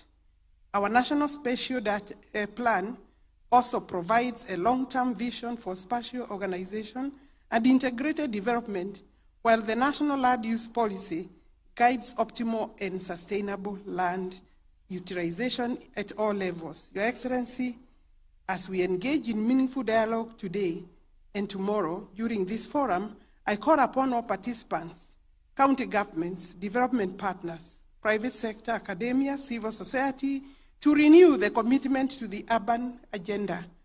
Let us remember that cities are not just places where people live. They are where nations grow, innovate, and thrive. We are hoping to create homes within our cities. In closing, allow me to sincerely thank you, Your Excellency, for the unwavering leadership and personal commitment to Kenya's urban transformation agenda. Together with these people here, Your Excellency, the agenda is in good hands. I also extend my gratitude to all participants for their dedication to building a better urban future. Your Excellency, that is the end of my written speech. Allow me to say that last week, there were voices from the trade unions. Trade unions are the owners of workers. And I think there was, in my view, an unfortunate understanding of the housing program and why we are building houses. Your Excellency, once we build houses, you have seen the joy in the people who are the beneficiaries. It is accessing them a lifestyle. Your Excellency, it is not possible for a government like this one, for a State Department under your leadership. It doesn't make sense for us to build houses, blocks of buildings, without the necessary accompanying infrastructure by way of civil works. Where need be, we are digging boreholes within the project area. We are doing cabro works to clear the spaces. We are providing sufficient access roads and lighting, markets, dispensaries, ECDs, that is the early childhood centers, primary schools require to be expanded. Once you bring 1,000 people, not 1,000, 1,000 units, multiply by a minimum of 4, those would be 4,000 people. The area becomes an urban center, and therefore we must ensure that within the Act, where we have been allowed to ensure that other associated facilities are built within the project, we will for sure continue to do that. So don't ask us why we are doing lighting, water. Hello, Allah? Allah? It doesn't make sense to do a house and walk away. Then you better leave the people where they were before you did the houses. And you know, we are moving people from informal settlement. Your Excellency, the next session is yours. It's a high-level session, Your Excellency. You will be moderated by my principal secretary because there are other partners in that session, Your Excellency. So allow me now to ask His Excellency to come forward, and please bring him with a warm, hearty clap. Your Excellency. We have changed a little so that you are the one to receive the high-level hinga. You will be the one calling the other guests to join His Excellency. And as they come in, maybe they will offer a hand to His Excellency. Thank you. Inga, please take over. Thank you very much. You can all be seated. Thank you, Your Excellency. We'll call you. Okay. All right, Your Excellency, the program is not about just brick and mortar, it's about people. And you're going to have a conversation with people, real people, that you have made a difference in their lives. The first person I'm going to call is a friend of yours. This is Jerusha Modoni. Jerusha is a lady that you had the privilege of moving her from Nakuru slum. And she is the owner #1 of Nakuru social housing. Jerusha, go greet the president and sit next to him. Followed by Peter Mwangi. Your Excellency, Peter Mwangi is a welder at our Bahati Affordable Housing. He's a chairman. You can go and greet the president. Your Excellency, these are the new millionaires, by the way. You know? Ukimwona hivyo, hawa ni the new millionaires. Kwa sababu he got a contract of 10 million, akajenga dirisha, and so akikaa hapo hivi hako mbaya sana, and he's going to be our new homeowner. The next person, Your Excellency, is Lilian Nafula Wanaswa. She's a community health promoter. She's a community health promoter. She's dedicating her life to serve many Kenyans, providing healthcare, and she's also a new homeowner. Then, Your Excellency, I have Stephen Opio Odhiambo. Stephen Opio Odhiambo, Your Excellency, was a resident of Marigoine. Steve, Your Excellency, is also a welder and is also a homeowner at Marigoine. Your Excellency, the next person I'm going to call is Pastor Steve Baraza. Pastor Steve Baraza, you know him very well from Kibra, Soweto. He's been a great leader and he has helped us with the high rise there, and he's also anticipating to be a new homeowner. Your Excellency, then I have Maureen Andisa. Maureen Andisa, Your Excellency, takes care of her parents, and she's also a resident of Kibera, Soweto East, and is also anticipating to be a homeowner. I have Peter Mwema, Your Excellency. I don't know where he is. Okay. All right. So let me then call a friend of yours, Your Excellency. And I know we are having a deep conversation about police, and at the heart is you're doing police housing. And she will tell us why police housing is important, Your Excellency. So allow me to invite Chief Inspector Judy Nyadera. Then, Your Excellency, we are going to be joined by the Country Director for World Bank. Kindly, you can join us, the Country Director. And then lastly, we are going to have Ishaku Maitumbi from the UN Habitat. Mwema yuko wapi? Mwema is here. Mwema.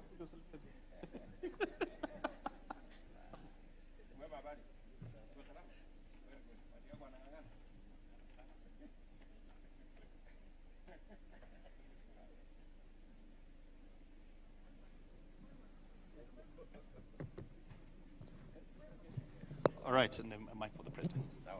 Thank you. Thank you so much, Your Excellency. Your Excellency, I know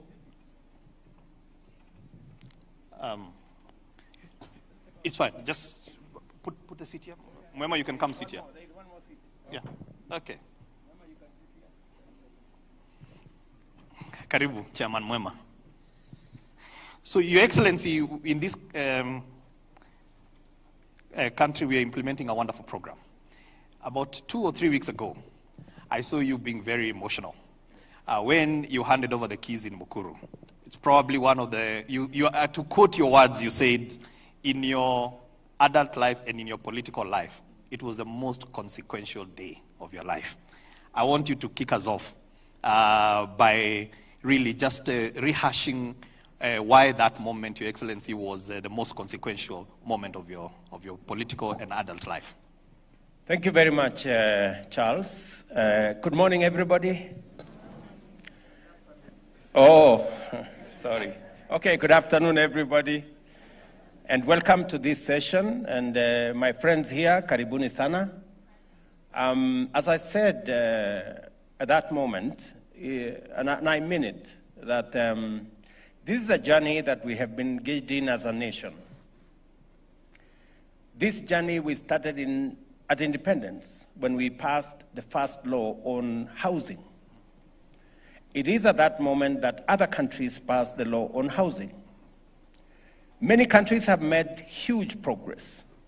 Singapore, Malaysia, other countries have made huge progress. We didn't make as much progress as a country.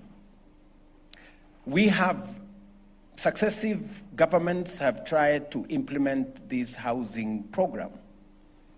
We went through different phases.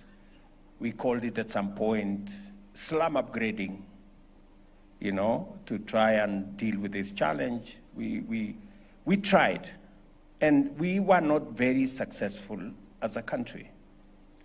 I remember when, as deputy president, we tried as the Jubilee administration, part of our Big Four program was housing.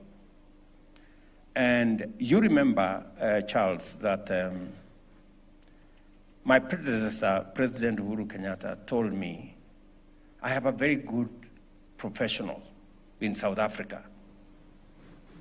And you remember we came for you from South Africa. Correct. You had a good job. But we told you, you have a country called Kenya, which is your home. And you were kind enough to leave the job you had, much more paying than what we were paying you, but for country, you came and joined us. And we tried then to get this program underway, but again, we weren't very successful. When I got the opportunity and the chance and the privilege to be president, I said, this is one thing amongst the many things I want to do. And because it is the right thing to do, we have said here, I've heard the country director talk of World Bank, and all the statistics point to a future that is urban. And we have no choice about that future being urban, but we have a choice on what type of urban future we are going to have. Are people going to live in informal settlements? Are they going to live in slums? Or they are going to live in planned, dignified shelter that has dignity?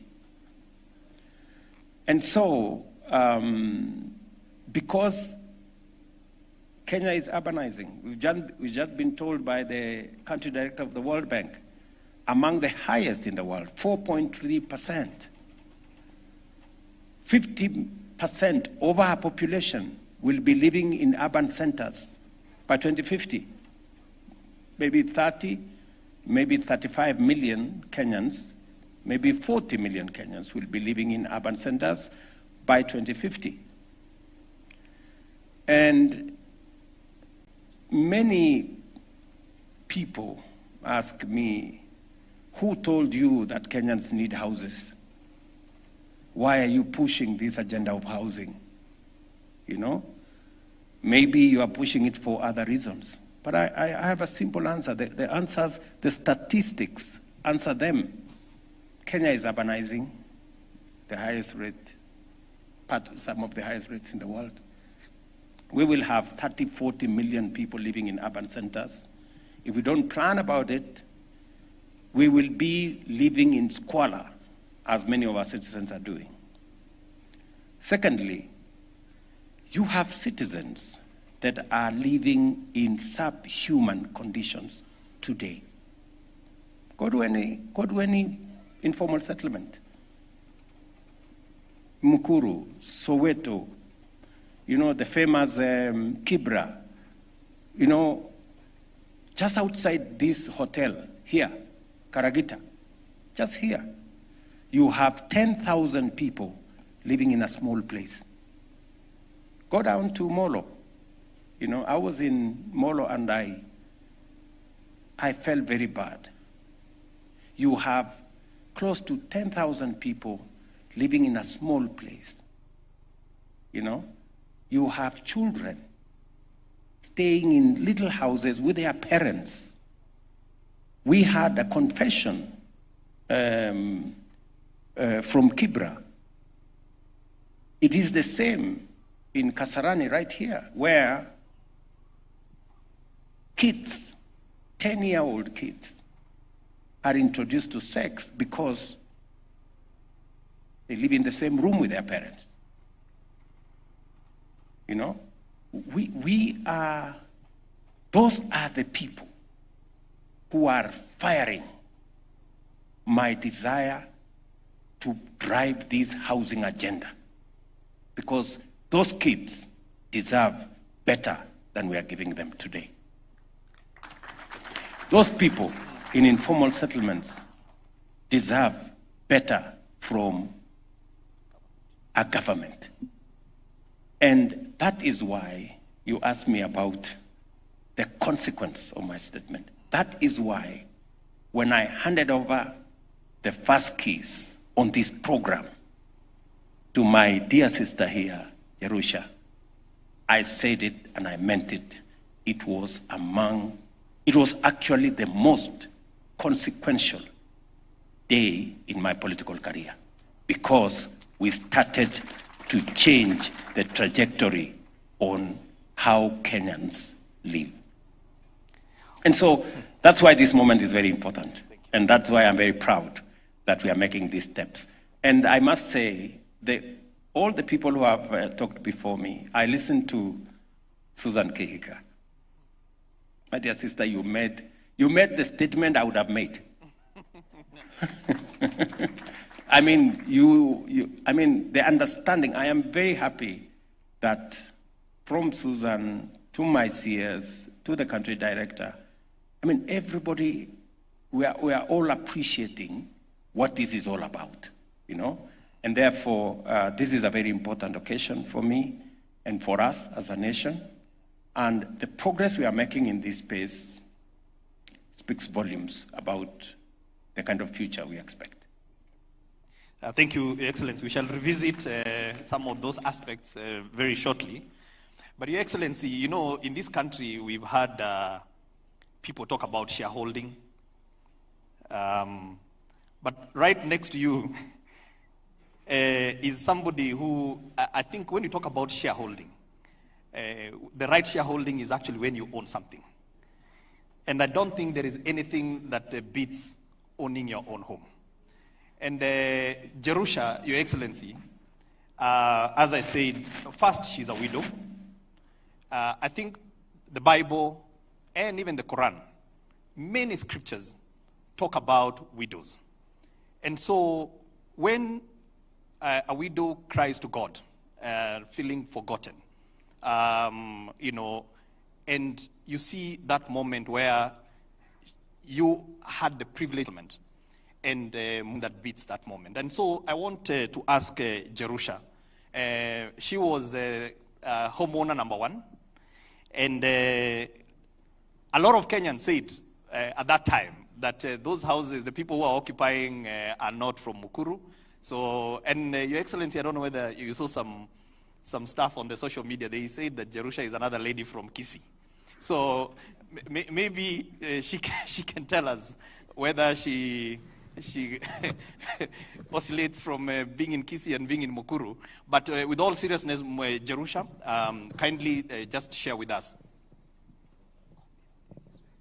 And if you're comfortable, you uongee Kiswahili, hakuna shida. Asante.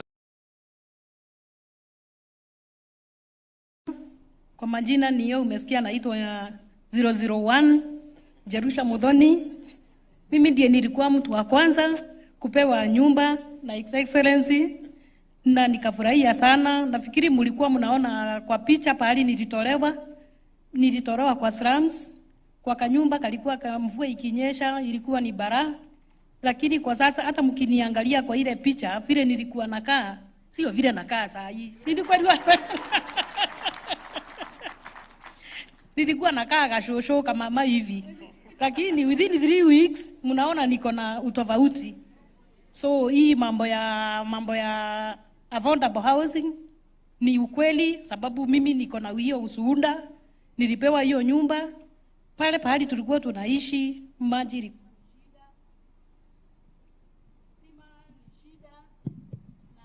saa hii pahali ninaishi maji ni mingi na si ya kununua. Pale tulikuwa tunanunua maji shilingi 10 mtungi. Niko na familia ya watu 9. Ni maji ngani, ni maji ya pesa ngapi naweza nunua? ilikuwa ni shinda, ndio unaona sasa ninaoga kwa siku mara 2 ama mara 3. Ndio unaona kauso kameng'aa hivyo, watoto wanafurahia sana. In fact hata tule tushosho nilikuwa nimeacha pale, tumeama tu wote wamesema pale wakai. Hata ukituma katoto kakikataa unamwambia tunarudi pale, anasema hapana nitume, sababu hataki kurudi Misri.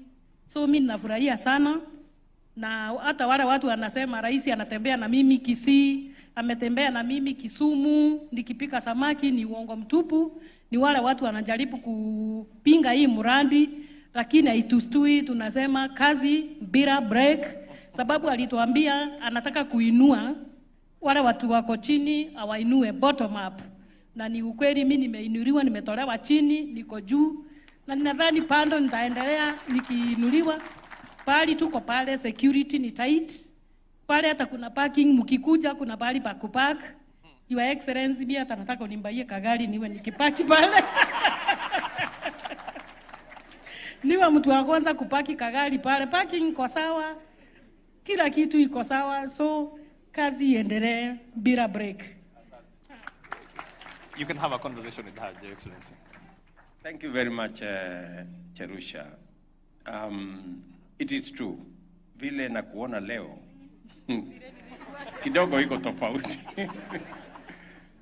Sijui ni kwa sababu gani, lakini Mungu ni mwema. Na sio Cherusha peke yake.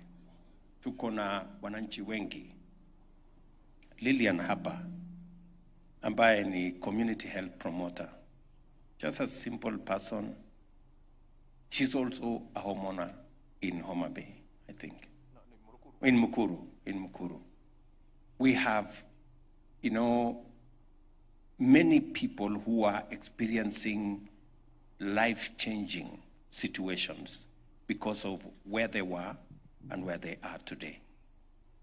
Cherusha here has told you, in the Mukuru slums, 3, 4, 5 families share a toilet that you have to pay to use a toilet. People, just imagine yourselves in a situation.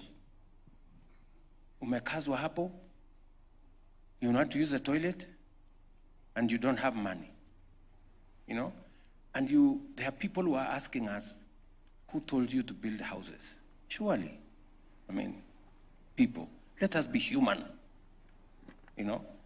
We have real situations that call on us to do something about. Cherusha hapa, kabla hatujaongea vile nitakununulia gari. Bado niko na watu wengi pale ulitoka Mukuru, hawajahama. That is my first assignment. Wale wako Mukuru pale hawajakuwa kama wewe. Hiyo ndio kazi yangu ya muhimu kwanza. Na sio Mukuru peke yake. Tuko na watu hapa Karagita. Tuko na watu Bahati. Tuko na watu many parts of Kenya. We have 1,000, I think 100 and something informal settlements in Kenya. 7 million people live in squalor in our country, And the numbers are not going down, the numbers are going up because more and more people are coming into cities. And we must prepare and we must, work ahead of time to make sure they don't come and join those in informal settlements. They come into organized, livable cities. And so, Cherusha, tuliongea wakati nilikuwa kwako. Wewe umepata kujua tofauti kati ya mahali ulikuwa naishi na mahali unaishi sasa. Yes. Ndio? Mimi naamini ya kwamba ungependa wale wanaishi vile ulikuwa unaishi zamani, vile vile wapate nafasi ya kupata nyumba vile wewe ulipata. Ni kweli ama si kweli? Ni kweli. Hata wamenisumbua saa hii, hata wale walikuwa napinga mradi wakinitusi wanashindanga kwangu. Hata naoshanga nyumba jioni. Juu kila dakika ni ukweli, wanakuja kuhakikisha Nafikiri hata ukiangalia kwa TikTok wengi wanakuja kupiga picha na mimi. Juu wengi walikuwa nasema nilinyang'anywa, president alikuwa anatudanganya, Mama Jerusha amenyang'anywa vitu.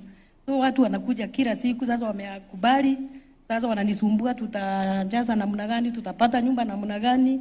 So ni ukweli, ninaomba pia na wao wakuje juu wamenisumbua sana. Okay, so and it is important for me to say this, to contextualize what Jerusha is saying. We have a pipeline of 700,000 housing units. We have the first 2,300 have been given out. Another 11,000 are in the stage of completion. We will be handing out keys. When I come to Nakuru, for example, in the next month or two, the houses in Molo are ready. The houses in Bahati are ready. I will be coming to do groundbreaking for the houses outside here in Karagita, because it is my intention that the people living in the slum here in Karagita must equally benefit from this program the same way Jerusha is benefiting. As I go to Molo in Nakuru here, I will also be launching the construction of 2,700 housing units in Kasarani. And for your information, I have been to Kasarani in Molo. It is, let me just say, it's not a good place, because you have people living in very difficult conditions. And I must thank the leadership of Nakuru, the governor here, the member of parliament. You know, they are also transformational leaders. They have provided leadership. We have got land that we are now going to build those houses, and shortly we will transform Kasarani, the slum, into a place of dignity.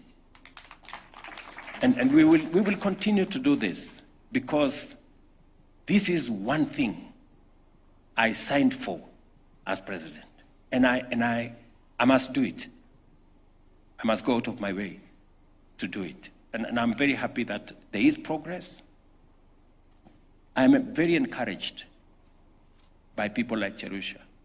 You know, they fire my passion, because ukiona mtu ambaye maisha yake imebadilika, it validates the dream of affordable housing in our country. We have 150,000 housing units under construction. Our job will be every month, we will be giving out the houses that are ready. As I have told you, we have 700,000 in the pipeline. And as Alice said, we are continuously looking for pieces of land where we can do more housing units. We are working with counties. Very many county governments are now stepping forward to work with us on this. And as we do all this, it has to be wholesome. Mumesikia Jerusha amesema iko parking. Atakwambia pia hapo kutakuwa na shule, pale kutakuwa na soko, pale kutakuwa na hospitali. Kwa sababu housing is not just 4 walls and a roof. Housing, according to the UN, and I have the UN representative here, when you talk about adequate housing, it comes with many things. It must give dignity, it must be sustainable, it must be livable. And that's why roads are necessary, social infrastructure is necessary, hospitals are necessary, schools and markets. And we will continue to engage with stakeholders so that they can understand why this is necessary. Sindio? Taka soko. Tunataka soko na hata shule iko karibu kuisha.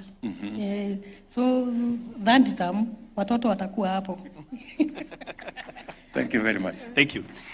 Moving along, Excellency, what I'm going to do now is, before I move to the conversation about the other impact this program has had on jobs, allow me to ask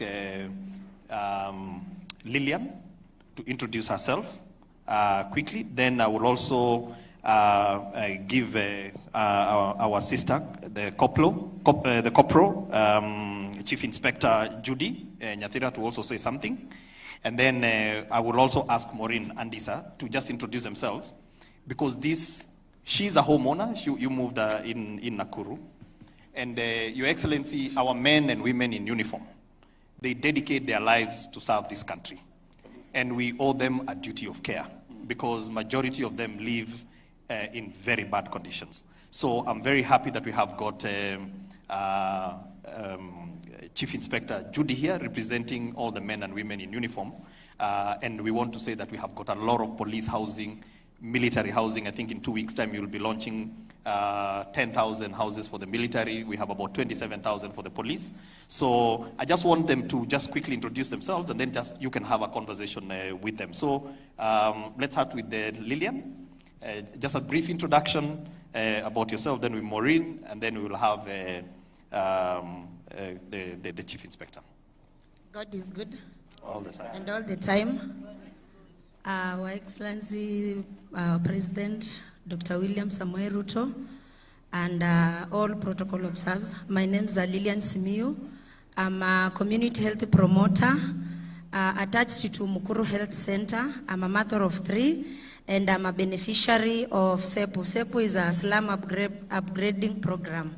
I'm a homeowner, and Mr. President, we say thank you. Thank you very much for giving us dignity. Asante sana. Okay. Yes, Maureen. Bwana asifiwe. Amen. Kwa majina naitwa Maureen Adisa, mimi natoka Soweto na mimi ni kiongozi pale Soweto na tuko pale kwa mradi. Kwa hivyo mimi niko pale kwa mradi kila siku asubuhi, jioni pia nikitoka lazima nihakikishe nimeangalia hizo nyumba zinajengwa vizuri, so that ningoje ukuje unipatie. Yes. So yeye ako on the queue, ametuharakisha, amesema hizi za Mukuru zimeenda haraka kuliko zao. So hapa like Soweto tutamaliza. Chief Inspector Judy. Your Excellency, sir, Dr. Samoei Ruto, all protocols observed. Good afternoon. My name is Chief Inspector Judy Nyathira, a proud owner of the affordable housing in Bondeni within Nakuru. Your Excellency, sir, I want to thank you on behalf of the men and women in police uniform, for not leaving us behind out of this project. The history goes a long way, how the police live, from time immemorial in sharing, using a curtain, and you're sharing a house with your counterpart, no privacy, and a lot of issues going in there. From there, we were given again permission not to live in police lines and to go and rent houses outside. Your Excellency, that was a good step. But again, this is the greatest, where you're renting to own your own home. I'm proud that I've been in my home for more than a year, where I'm assured of my safety. In case I'm going to work outside, I know my family is okay. Social amenities, they're perfect. Water running all through, the lighting system, enough space, a place for children to play, and they can feel the comfort and they can feel living like any other civilian out there. So I must appreciate that it is a good step. All civil servants should go for it because it is changing lives. Thank you so much. Thank you so much. Your Excellency, maybe you can just have a quick word. You know, I have no words, you know. Listening to my sister here, Lillian, you know, as a CHP, a community health promoter, you know, the dedicated service that community health promoters do around Kenya, and that she is, through the process, she's now a homeowner with her children, is dignifying. It is a moment of pride, not just for her, but for us as a nation, that we can look after the people who not necessarily would have a chance to own a home. She now has a chance because of affordable housing. And in her space now, Lillian, where do Are your kids school going? Are you? They are still at Mkuru. They are schooling at Mkuru. Yes. So you want us to complete the school soon? Kindly, like the school thing should be a priority, because I've noticed that watu wengi hata hawajaingia because of the school. Because unaona hiyo kucommute within Ruben to Mkuru, it's a bit far, and it's expensive also for us. So if you can do a school for us, Your Excellency, we'll be very proud. Very good. And, how far are we with the school, Charles? The one we agreed, the ECD, which we will use as the primary school, you had directed us that in 1 month time it be completed, and it is being completed. Very good. So in 1 month time it should So be. Lillian, just bear with me a few more weeks, and then your kids will be safe in your neighborhood. I'll be very, very happy. And Thank also the market, sir. There are people who have a problem with me putting up a market. Can you please make a case for me to put up the market? Yeah, I will. Because we have seen the containers, they are already there, but now their location and stuff, hatujaona bado, Mr. President. And the market is very, very far. Yes. So you need the market within the development. Everything, all the Very good. amenities. Very good. Yes. Thank you very much. Listening to Maureen, we are developing the first 4,000 units in Soweto. We have, I think, a total of 25,000 units that will be built in that space. Correct. And we have done, the 4,000 units hopefully will be ready, and I've given instructions to my team, Alice here and Hinga, that by January we should be able to give out the first 4,000 units. Yes, you've got it. And then the other units are following. So huyu mama umesikia amesema anachungulia kila wakati akipita hapo, nataka kuangalia hii nyumba itaisha lini, kwa sababu anangojea. Yes. Sasa vile niliwaeleza, sitaki Maureen angoje sana. Ndio amekuja hapa nafikiri kuniambia niharakishe mambo. So Maureen, nilikuwa hapo juzi hapo Soweto. I think like 3 weeks ago I was in Soweto. And nataka uwaeleze wale watu wa Soweto. Mimi nawaheshimu sana. Wakati niliona yani watu wa Soweto wanaishi pale, wanakuja wenyewe kusema wacha niandike jina yangu, mimi niko tayari kuondoka mahali ninaishi hapa, nyumba ikiwa tayari mimi nitarudi. You know, that kind of cooperation that citizens themselves are saying, I am ready to live where I am staying, to go and live elsewhere. And I want my name recorded so that when the houses are complete, I come back and live in a decent house. Waambie wale watu wa Soweto, Mungu atawabariki sana, kwa sababu ya kukubaliana na sisi, kusema ya kwamba mahali wanaishi wako tayari kuhama, tuwajengee nyumba mzuri, nyumba ile iko na dignity, wawache kuishi mahali ambapo hakuna barabara, hakuna maji, hakuna stima, hakuna choo, hakuna mambo yote ambayo mnahitaji.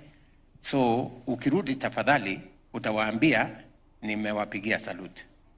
Utafanya hivyo Maureen? Alafu naona uko na maneno na mimi. Niko na maneno na wewe, nataka tu ku-appreciate kwa hii mradi yenye umeleta.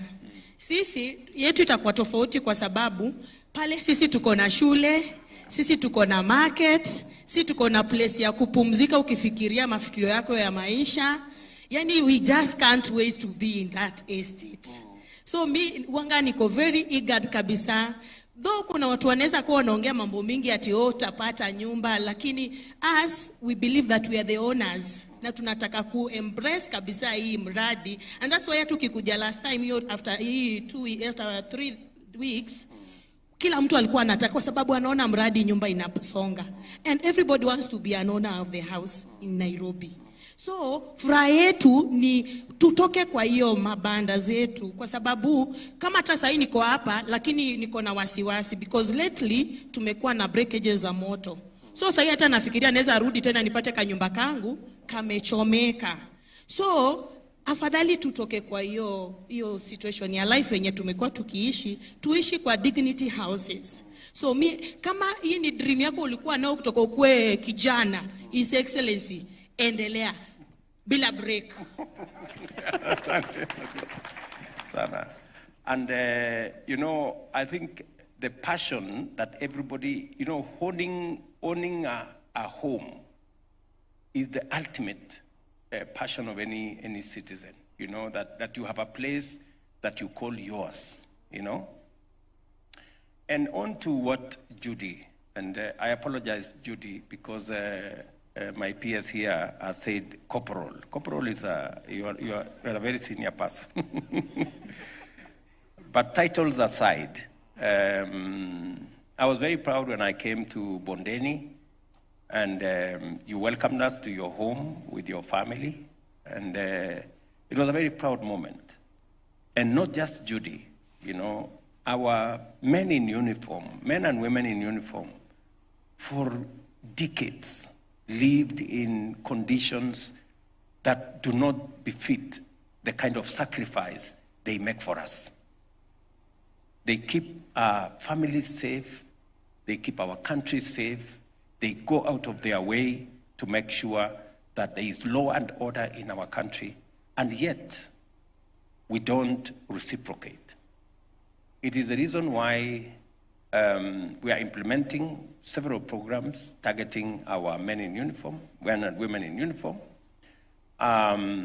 improving their terms and conditions of service, which we are on course, making sure that we assist them with the modernization of their equipment, which we are on course. We have already spent about 9 billion shillings in that process.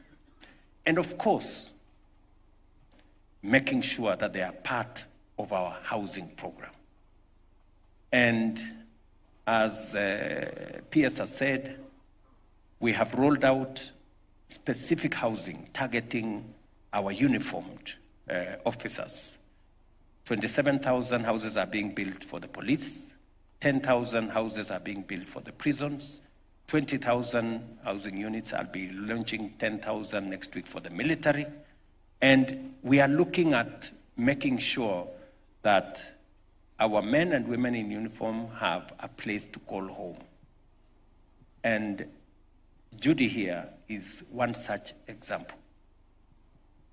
And maybe just so that I put it in my own perspective, Judy, as you look at your colleagues, is there anything that you think we can do better now that you have a 1-year experience in living in your own home? Do you think there are areas of improvement that you can suggest to me? Your Excellency, most of my colleagues are willing to acquire these houses. But one problem, maybe the challenge they have, is financial support. Maybe if they could be given an opportunity, because they've overcommitted their payslip, maybe they could be given a facility where they're given, which is flexible, they're loaned some amount so that they can be able to acquire the houses. The financial aspects are. So you're talking about the mortgage? Yes. And we have, can you talk about the mortgage, Hinga, speaking to what Judy has said? So, Your Excellency, a couple of things. What makes the issue of affordability a few things? One is the cost of land. There is a study by the Center for Affordable Housing in Africa that shows Nairobi has the most expensive land in the continent of Africa. But also, Your Excellency, in our country, we also have a lot of inequalities in terms of earning. A majority of Kenyans earn very little. So you have a situation where the cost of land is very high, and you have got very low income. And that leads to the proliferation of slums. Now, to address that, you have got to look at what you call the demand side of housing and supply side. Now, allow me to start with the supply, which is you have got to do something on the cost of land, and that is why, Your Excellency, through your leadership, we have zero-rated the cost of land. Land is a big barrier to ownership. So when you start a conversation by saying that you will not pay for the land, it's a big stride into one's home ownership. The second thing, Your Excellency, is the cost of construction. Cost of construction is prohibitive. And part of the reason why cost of construction is prohibitive is because on one side, you have got factors you cannot control. You know, global pricing for fuel, cement, and so on and so forth. But there are others we can control. The ones that you can control, for example, in our sector, VAT, and I hope I'm not going to get very complicated, VAT is what is called a real cost. Because when you build a house and you sell, there is no output tax, but there is input in the material. So in other words, when you buy cement, the cement comes in with VAT, the bag of cement. But you're not able to offset with an output because there is no output. So essentially, the cost of VAT goes straight to the buyer. Through your leadership, you have said that we zero rate the input taxes, which is also brought down affordable. In fact, it has reduced the cost of construction by 10%. The other one, Excellency, is the issue of public funding. We know that one of the reasons why Kenyans were fought so hard is because, we have not covered ourselves in glory. We have built projects at very high costs. You said from the beginning that one of the areas that we have to bring in trust to the people is cost. And what you did, you called 7 institutions. You called in Nairobi University, you called in Technical University of Kenya, you called in Kenyatta University, AAK, which is the Associate of Architects, IQSK of QSs, IEK, you had National Construction Authority, and you had National Housing Corporation. And you asked them to design for you a house and to give you a market cost. Your Excellency, I want to confirm that since we started this program, we actually have fixed the cost of the unit. So, and it is determinable, and anybody who wants to construct, there is no seeing the PS on the side, we disclose the price of that. What that has done, Your Excellency, is that it has meant that today there is a social housing unit that costs 640,000 shillings. Now, when you talk about 640,000, people can afford. The World Bank here, Your Excellency, did a study in 2017, which is titled Unaffordable and Unavailable. In that study of 2017, it showed that the average cost of a house in Nairobi was 11 million. So you've moved from 11 million to 640. That is a significant difference. That's why you have Jerusha and Lillian here who are homeowners today. Then, Your Excellency, you have the demand side. The demand side is about the cost of financing Kenyans.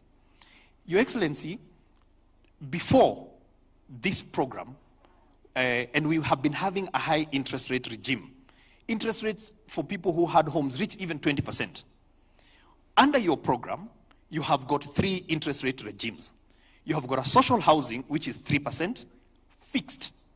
So even if in 10 years, the interest rates in the country goes to 30, this person will still be paying 3%. It is fixed. The other one is affordable housing, which is 6%, again fixed. And then for everybody else who is in the market units, like myself, and anybody else who is interested, it is at 9%. So the most expensive mortgage you will get is at 9%. The last part is the tenure, the how long you pay. Now, in this country, Your Excellency, we've not had long-term mortgages. Again, through that study from the World Bank, it showed that the average tenure of a house was 7.5 years. So if you have got expensive land, expensive construction amount, which leads to 11 million, in expensive interest rate, that's why, Your Excellency, for a country of 50 million Kenyans, you have only 30,000 mortgages. So those things don't happen by accident, they happen because the system is broken. So what you have done is we have reduced all those things. So what does that translate to? It translates to Jerusha paying 2,800 shillings for her house. This is the same amount of money that she was paying for that shack. She also pays service charge and pays for insurance. So anything that happens to that house, she is covered. So the total amount that she's paying is 3,800. That is how much she's paying to be a homeowner. And that is what she was paying for a shack. Then you have got Chief Inspector Judy, who we give them allowances for our police. They get about 9,000 shillings on average. Obviously, it differs. At 9,000, Your Excellency, she can now afford to get our 2-bedroom housing unit, which is around that same amount. So this program, Your Excellency, has got something for everybody. It would have been easy if you had said, let's just deal for the high income. But whether you're in the slum, whether you are selling Mama Mboga, you start from 2,800, you go all the way to 15,000 for a 3-bedroom, which has got all the amenities, Your Excellency. It has got electricity, it has water, it has gas, it has internet. I think contextualize this for Judy and our men and women in uniform and other Kenyans who are looking at this product. When we said that it will be possible to own a home and pay 3,800, people thought we were mad. In fact, many people were wondering, because it has never happened in Kenya. People know if you want to own a home, the average home in Kenya was 11 million. You needed 40, 50,000 to be able to own a simple home. Today, Cherusha here, Lillian there, are homeowners. They pay 3,800. You know, it doesn't look real, but that's what it is. Why? Because of the 4 factors Charles has said. Number 1, we brought the cost of land to 0. That was contributing 30% of the cost of the house. We've reduced taxes. We've taken away 10% of what the house used to cost. We have brought down the cost of construction. You know, we were building houses for 80,000 shillings a square foot. Under affordable housing and social housing, under this program, as Charles told you, we sat down with many institutions, and I was very clear to them that we do not have money to throw around. Let us cut to the chase. We came up with 42,000 shillings per square foot. Many contractors told us it is not possible to do houses at that rate. The houses are coming up. We have 150,000 under construction because it is doable. And the commitment I made to the people of Kenya is that as they contribute to the housing levy, as they contribute their housing levy, it is my responsibility to make sure that that money is not wasted, is not stolen, is not abused, and there is no corruption, and they get value for it. And that is my commitment.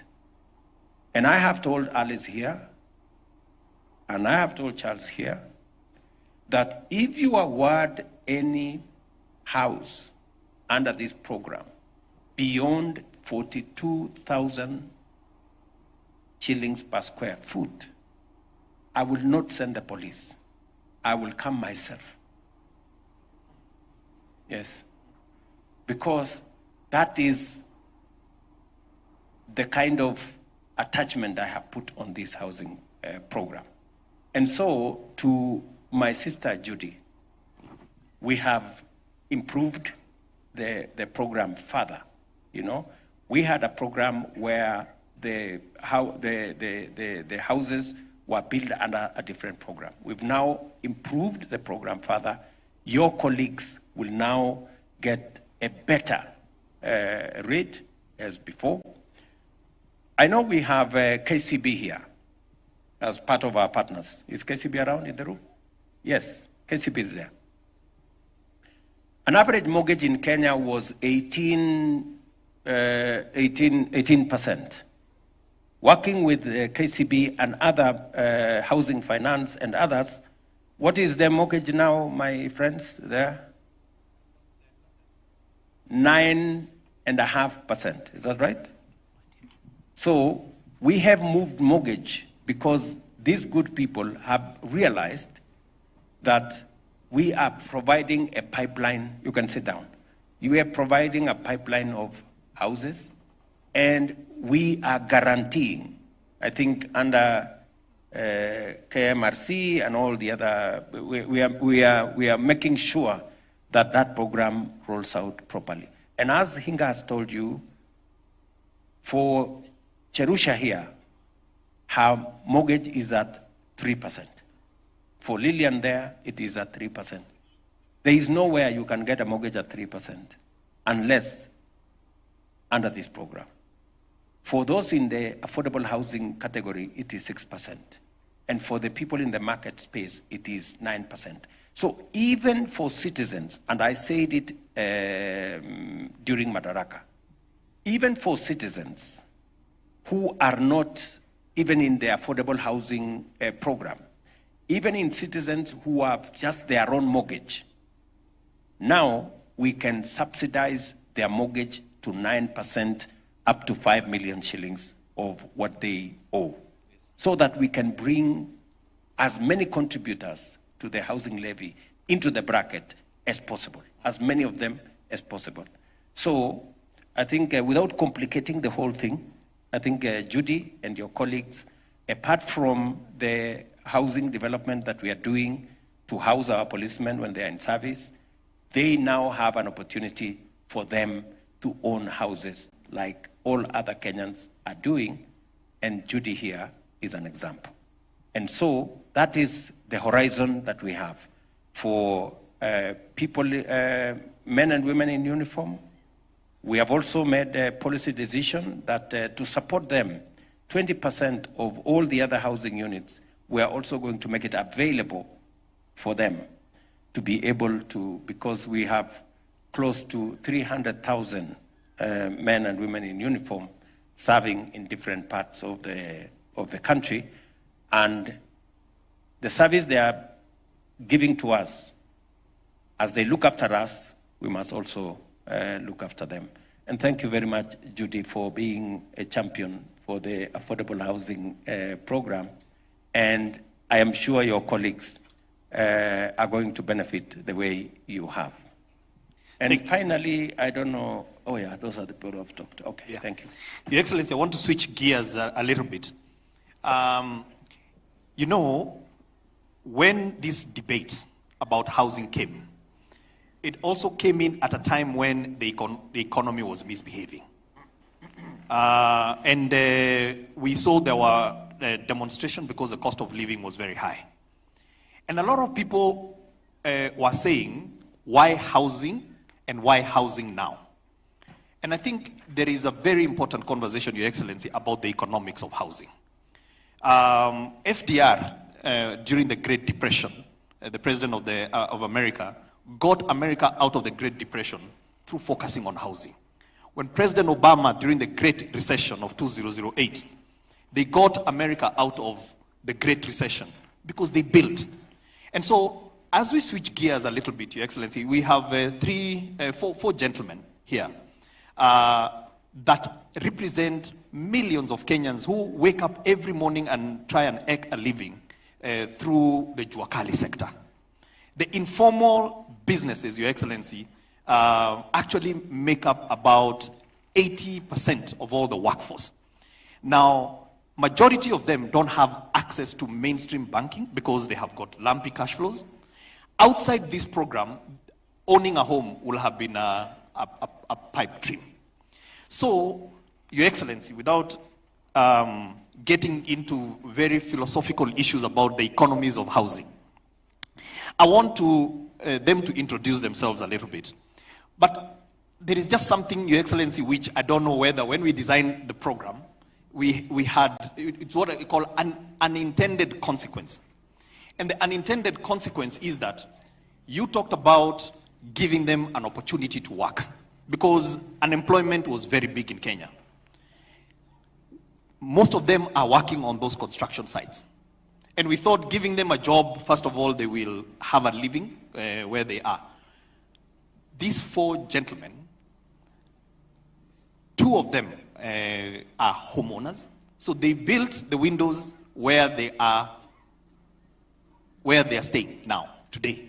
And I think that is really a powerful transformation of this program. So I'm going to ask Peter Mwangi, who is the chairman of Bahati Association. And then I'm going to ask Stephen Opio from Marigoine, who also, collectively, they had a contract of almost 200 million shillings. Excellency, we're talking about millions. We're talking about shillings. And Jakali people are dealing now with millions. And then I have got the chairman of that association in Kenya. We have given them a contract of 11 billion shillings. 11 billion shillings. I think this is the new place to be in. So allow me then to ask them to speak in their own words, and then I'll ask Pastor Baraza to wrap up, because he's also part of the Soweto group in Kibera, that you gave them a check during last year's Mashujaa Day. You gave them a check of 722 million to do the fabrication of doors, windows, and balustrades in Kibera for Soweto. So Peter Mwangi, in that order, please. Your Excellency, all protocols observed. Hamjambo.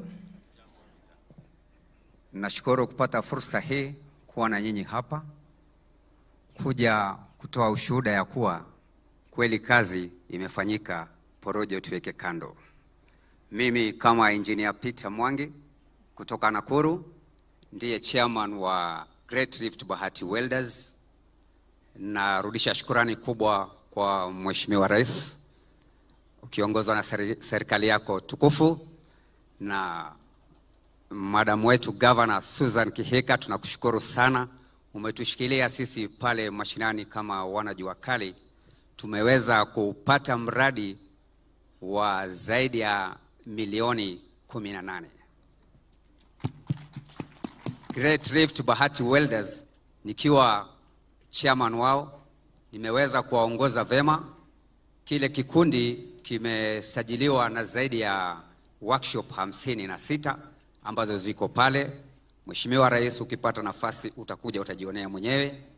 Tunashukuru manake wale vijana ambao walianza kazi pale, wengine walikuwa vijana barubaru, hawaelewi kazi. Wengi wao sasa ni mafundi shupavu. Mafundi wale wengine pia wameweza kufungua workshop zao. Tumewatrain vizuri. Wale ambao walikuwa hawana mashini wamepata mashini mpya za kazi, na wamepata ufundi vile vile. Kwa hivyo tunajivunia kuwa tunaendelea vizuri. Tunaomba ukipata nafasi, sisi hatutaomba gari kama yule mwanadada. Sisi tunajiamini kama maengineer. Tunaomba utupe kazi zaidi. Panapopatikana project nyingine katika Bahati tu ambao tunatarajia kuwa inakuja, kumbuka watu wa Great Rift Bahati Welders, manake tulifabricate, tumesupply, tumedeliver.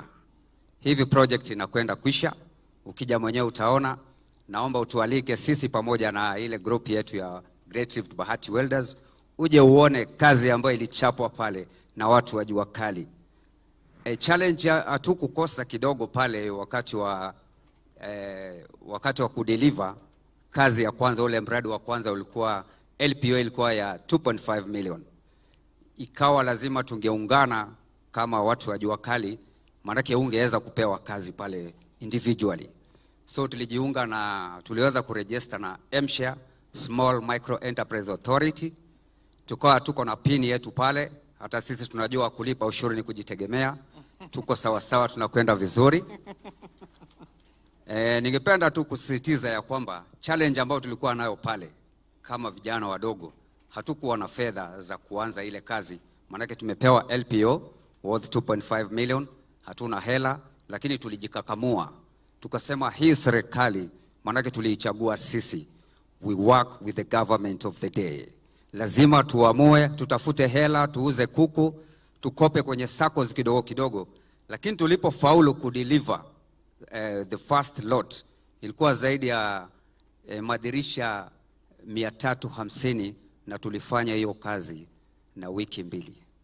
So ile pesa tuliweza kuipata, ikaingia kwenye account yetu, manake kile kikundi kiko na account. Tukaweza kulipwa, tukalipa madeni ya bank, tukalipa wale suppliers wetu wakati ambao unafaa, japokuwa tulikuwa tumeahidiwa pesa zitatoka na wiki 2, lakini ilichelewa kidogo ikatoka na mwezi mmoja. Tukaelezewa na tukaweza kuelewa lazima wangeangalia tulipo supply, ni vizuri kuelezea hapo, maana tulikuwa hatujafikisha ule ustadi vizuri. Waliangalia kama tuko na speed, accuracy, wakaona makosa kidogo tu katika ile kudeliver 100%, 75% ya zile dirisha zetu zilikubalika. So 25% zikawa rejected, lakini ikawa ni makosa kidogo tu, kupiga msasa, sandpaper, kuangalia rangi. Kutoka hapo kazi ikawa iko shwari. Mafundi wote wamebobea, wako shwari. Hivi sasa wengi wao wamejisimamisha kikazi, tunachapa kazi vizuri. Thank you so Kwa hivyo much. sisi tunaomba kazi. Gavana wetu tunakushukuru sana, umetushikilia vizuri. Vijana ambao walikuwa na regarega pale sasa wanachapa kazi vizuri. Mkija mtajionea wenyewe, porojo kando, siasa kando, kazi itambe. Asante sana. Thank you very much, Peter. Peter, umeongea vizuri sana. Na umesema mambo matatu ya muhimu.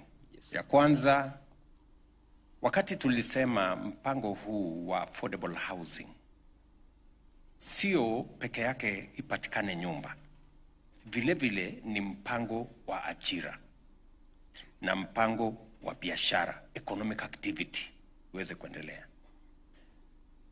Mbali na wale wanaofanya kazi katika mjengo, plumbers, electricians, masons, steel fixers, carpenters, painters na wale wengine wote.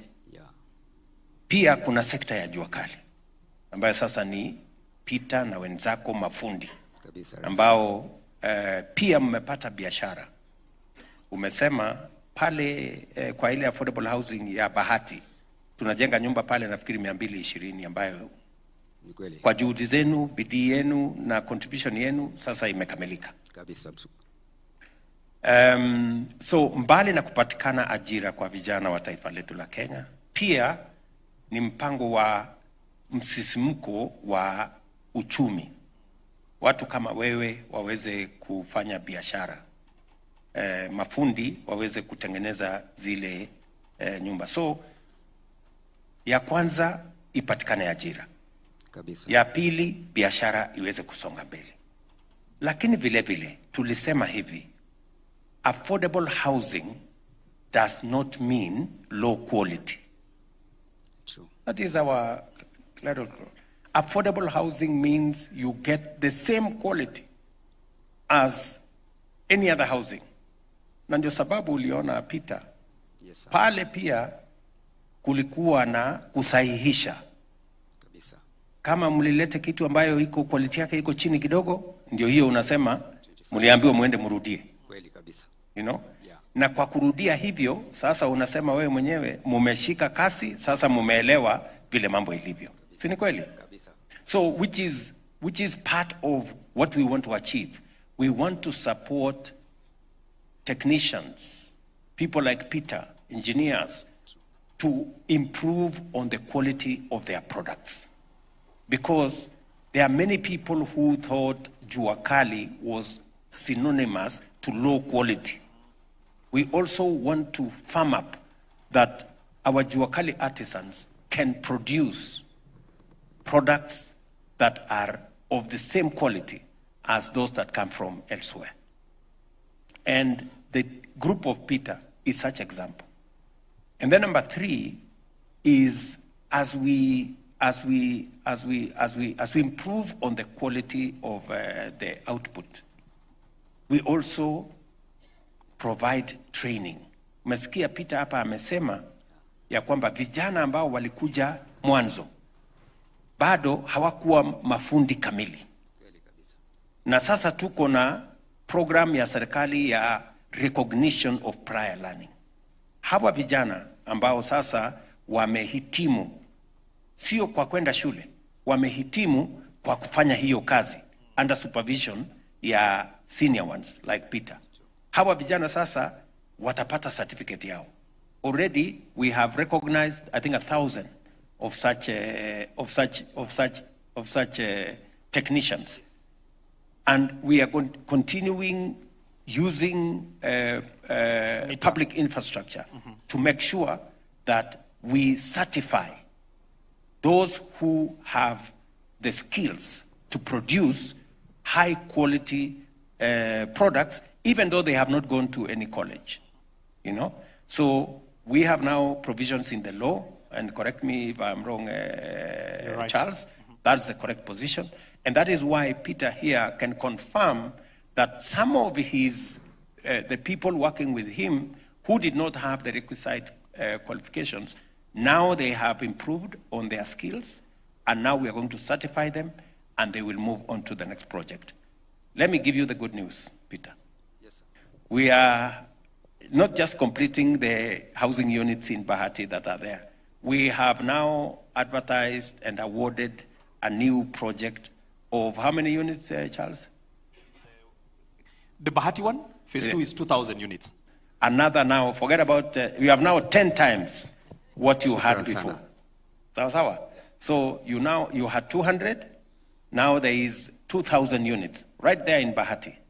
So sharpen your skills, ongea na watu wako, wapange hawa vijana, na you might need more than 50 workshops.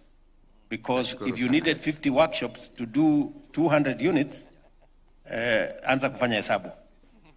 2,000 units, workshop ngapi, vijana wangapi, utawahitaji. Tunaelewana? Tashukuru sana Rais. Tumesema kazi. Na tulikubaliana kazi ni kazi. Kazi ni kazi, Rais. Yes. So tuendelee. Manake niko hapa Rais kuwakilisha wale vijana. Yes. Wataniuliza, wewe ulikwenda itisha gari? Waliniambia tutaki gari sisi. Sisi tunataka kazi. Manake kazi ndio pesa, Rais. Kazi ndio pesa. Yes. Na ndio itakununulia hiyo gari. Utatupatia gari. Yes. Ukiniona Rais nikiwa hapa kama mwakilishi, naomba kwa heshima kubwa nisimame. Ukambi kameanza kushuka. Asante sana. Asante sana Peter. Okay. Lakini mimi naona vijana wanang'ara. Mimi naona tutafanya hivi. Yes, sir. Naona utaniona kando uninunulie lunch. Asante. Fungu ninalo Rais. Uko na kitu? Kitu nalo. Najivunia kuwa na Rais hapa karibu. Asante sana. Yes, sir. Thank you so much. Who's the next guy? Steve. We'll have Steve, and then we'll have Peter Mwema, and then we'll have Baraza. Steve Opio. We have two Steves here. Opio? Yes, His Excellency, the President of the Republic of Kenya, Dr. William Samoei Ruto, Cabinet Secretaries, honorable members, all protocols observed. Yes. Ladies and gentlemen, good afternoon. Good afternoon. Mimi nashukuru sana kwa fursa hii. Mkuru tuna shine. Na nikianzia kwamba wakati unaenda kunulia Jerusha gari, mimi tayari mtanipata hapo ndani. Mtanipata hapo ndani nikienda kununua yangu. Yes. Now, His Excellency, kazi ya Mkuru tunashukuru sana kwa sababu wengi hawakufikiri hii kazi itakuwa kazi. Siasa iliwekwa ndani. Mingi sana His Excellency. So ikawa vijana wakaogopa. Tukashindwa tutafanya aje. Tukawa na ile bidii. Mr. Kipuri akatusukuma kabisa. Kutoka State Department. Tukaenda pale tukapewa contract. Sasa tunafanya kazi. We have delivered first LPO and now tuko kwa second LPO 5 million. We are working out on it. So you are supplying, muna supply nini kwa windows and doors. Windows and doors. Yes. And you know what we did also to reduce on expenses, we standardized. Is that correct? Yes. We standardized. Unajua zamani tulikuwa tunajenga designer windows. Yes. Na designer doors. Yes. Every door is different from the other one. And as a result, you know, everything designer is more expensive. So tukasema tuachane na designer, let us standardize all the windows to be the same. All the doors to be the same. So kazi ya hawa inakuwa rahisi kuhakikisha kwamba you can produce in mass. Yes. Na inakuwa rahisi kwenu kufanya hiyo kazi. Yes. Ndivyo Yes. my good friend. Yes. Steve. Yes. Ni hivyo Yes. So ya LPO mumedeliver. Tumedeliver. Ya pili ndio mnang'ang'ana nayo. Tunang'ang'ana nayo. Na tukideliver tunalipwa. Mnalipwa. Yes. Inachukua muda gani kulipwa baada you deliver? Tukideliver inamaliza 1 week. 1 week unapatiwa check. Yes, tunapatiwa check. Contract yenu kwa hii program ni contract ya pesa ngapi in total? Sijajua ni contract ya pesa ngapi. Yes, lakini unajua tu ya section yako. Yeah, unajua section yangu. 5 million. 5 million nikimaliza hii unakuja wengine ya as we go. Okay, very good. Kundi lako liko na vijana wangapi ambao mnafanya pamoja katika hiyo section? Vijana tuko na vijana 50 in different workshops. Yes. Yes. How many workshops? We have 4 workshops. 4 workshops. Yeah. Pale nyuma Steve. Yes. Kabla ya affordable housing. Yes. Mambo yalikuwa vipi? His Excellency, maisha ilikuwa magumu sana pale. Tunaweza fanya kazi kama like this month. Then tunakaa kama 2 to 3 months again ndio tupate another contract. So inamaanisha ile pesa umepata this month unaitumia kwa hizi 2-3 months. So inakusukuma unaenda kuishi kwa ile maisha ya chini. Unatafuta unaenda kijiji unatafuta zile nyumba za chini. Sababu sasa kulingana na vile maisha inakupeleka, kazi hakuna, ukipata leo kesho hakuna, ile pesa umepata leo unatumia the following day and the month. So wakati kazi ilipokuja tukapiga mahesabu zetu sisi viongozi wa hapo na wanajua kali wenye tulikuwa. Tukasema tuache siasa. Tupige mahesabu zote. Kazi tunafanya kazi bila break. Tumepewa kazi tufanye non-stop na tuweke siasa tufanye kazi venye tulikuwa tunafanya once after 3 months, once after 3 months. Mnachagua gani? Wakasema wanataka kufanya kazi bila break. So in Nakuru we are working non-stop. We want to work non-stop mpaka tumalize contract. Very good. Asante sana. What is your plan? Uko na agenda ya kununua one of these houses ama bado hujafikiria? His Excellency, I'm already a beneficiary of these houses. Oh, you're already a homeowner? I'm already a homeowner. Unakumbuka nikisema nitaenda kuleta familia yangu kutoka nyumbani. Sababu niliwapeleka nyumbani juu ile maisha tulikuwa tunaishi. Ugonjwa kila wakati, nyumba zikiungua, access ya zimamoto inakuwa poor. So nikaona wacha tuende nyumbani, familia watoto wasome nyumbani. Then ndio nitajipanga polepole. Wewe ungangane Nairobi? Ningangane Nairobi. Lakini Mungu akatangulia mbele. Sasa familia iko wapi? Familia wako nyumbani na ngoja mtoto wamalize term and then niwalete sasa. Sababu sasa mambo iko sawa? Mambo iko sawa kabisa Excellency. Okay, unalipa pesa ngapi kwa hii nyumba yako? Hii nyumba yangu nalipa 3800 Kenya shillings. 3800. 3800 Kenya shillings. At the same time, nyumba inabaki kwa yangu. Yes. Yes. Na pale ulikuwa unaishi pale ulikuwa unapanga? Penye nilikuwa naishi hapo awali nilikuwa nalipa nyumba 3500. Lakini poor drainage, nyumba ni mabati, in case of any disaster, access hata ya wenye wanakuja kutuokoa ni shida.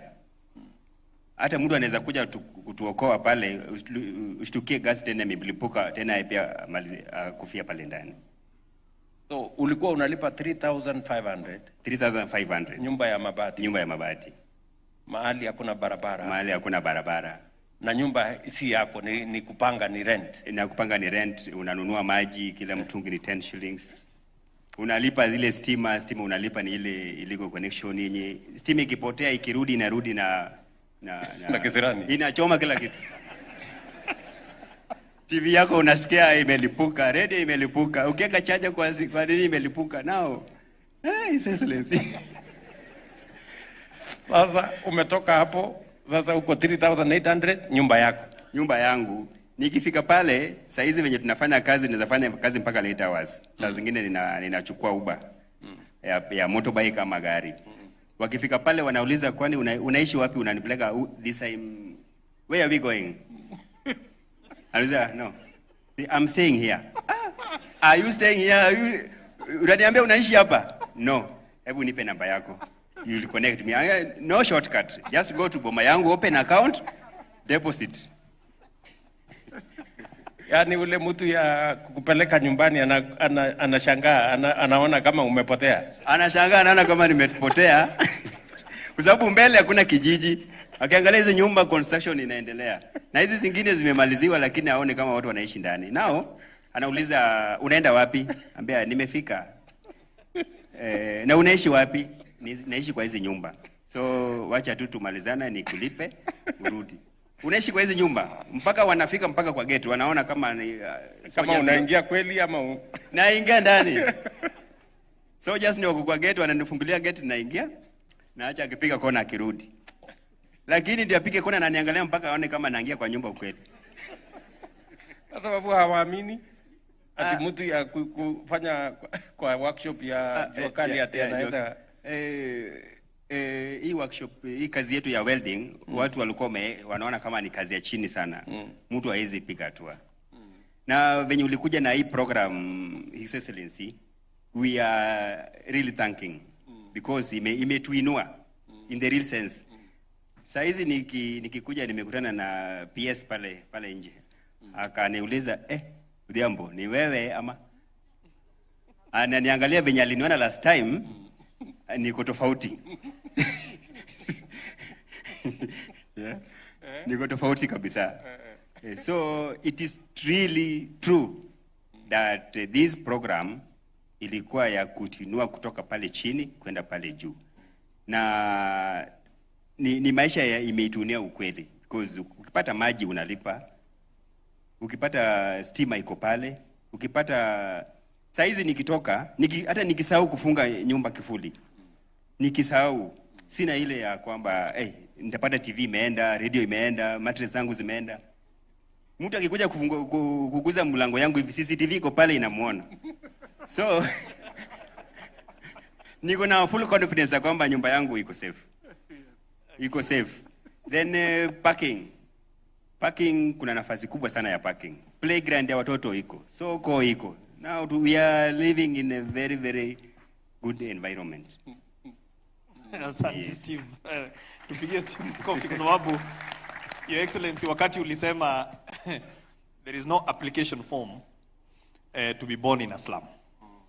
And nobody chose to live there. But I think what you've done is given them a chance to live in dignity. I think you can see even the joy ambayo Steve ako nayo. So nataka tu tuongeze speed kidogo. Pande hii niongee na rafiki yangu Mwema hapa hivi. Mwema has a beautiful story na lakini leo ndamwambia afupishe kidogo.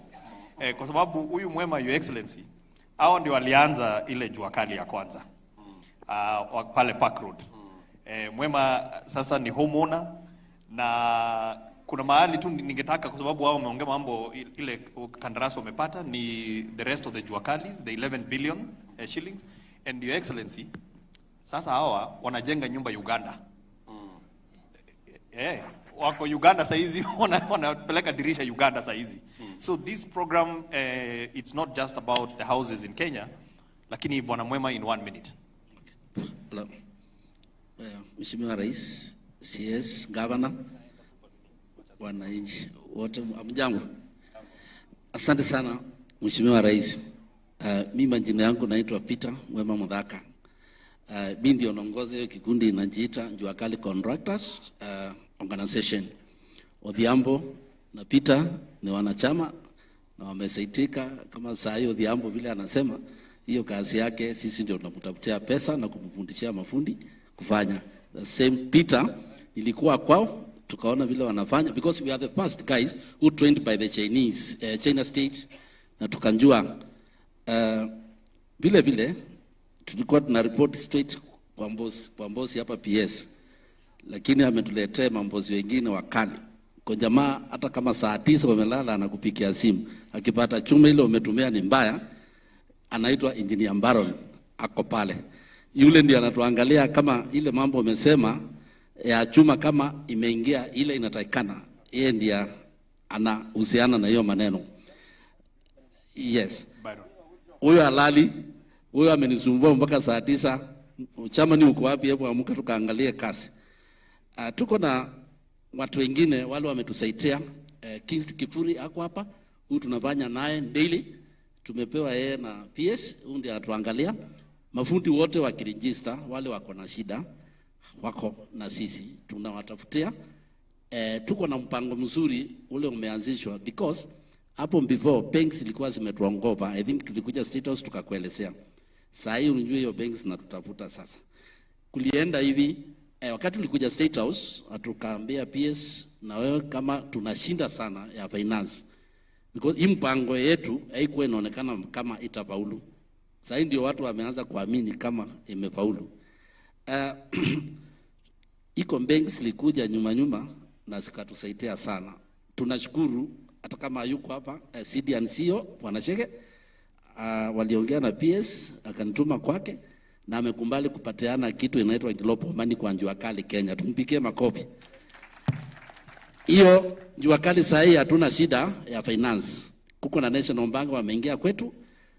Na tuko na Consolidated Bank ambao wameletwe na chairman wa Port House Bwana Njeri na akatukalisha chini akasema tupewe pesa mzuri.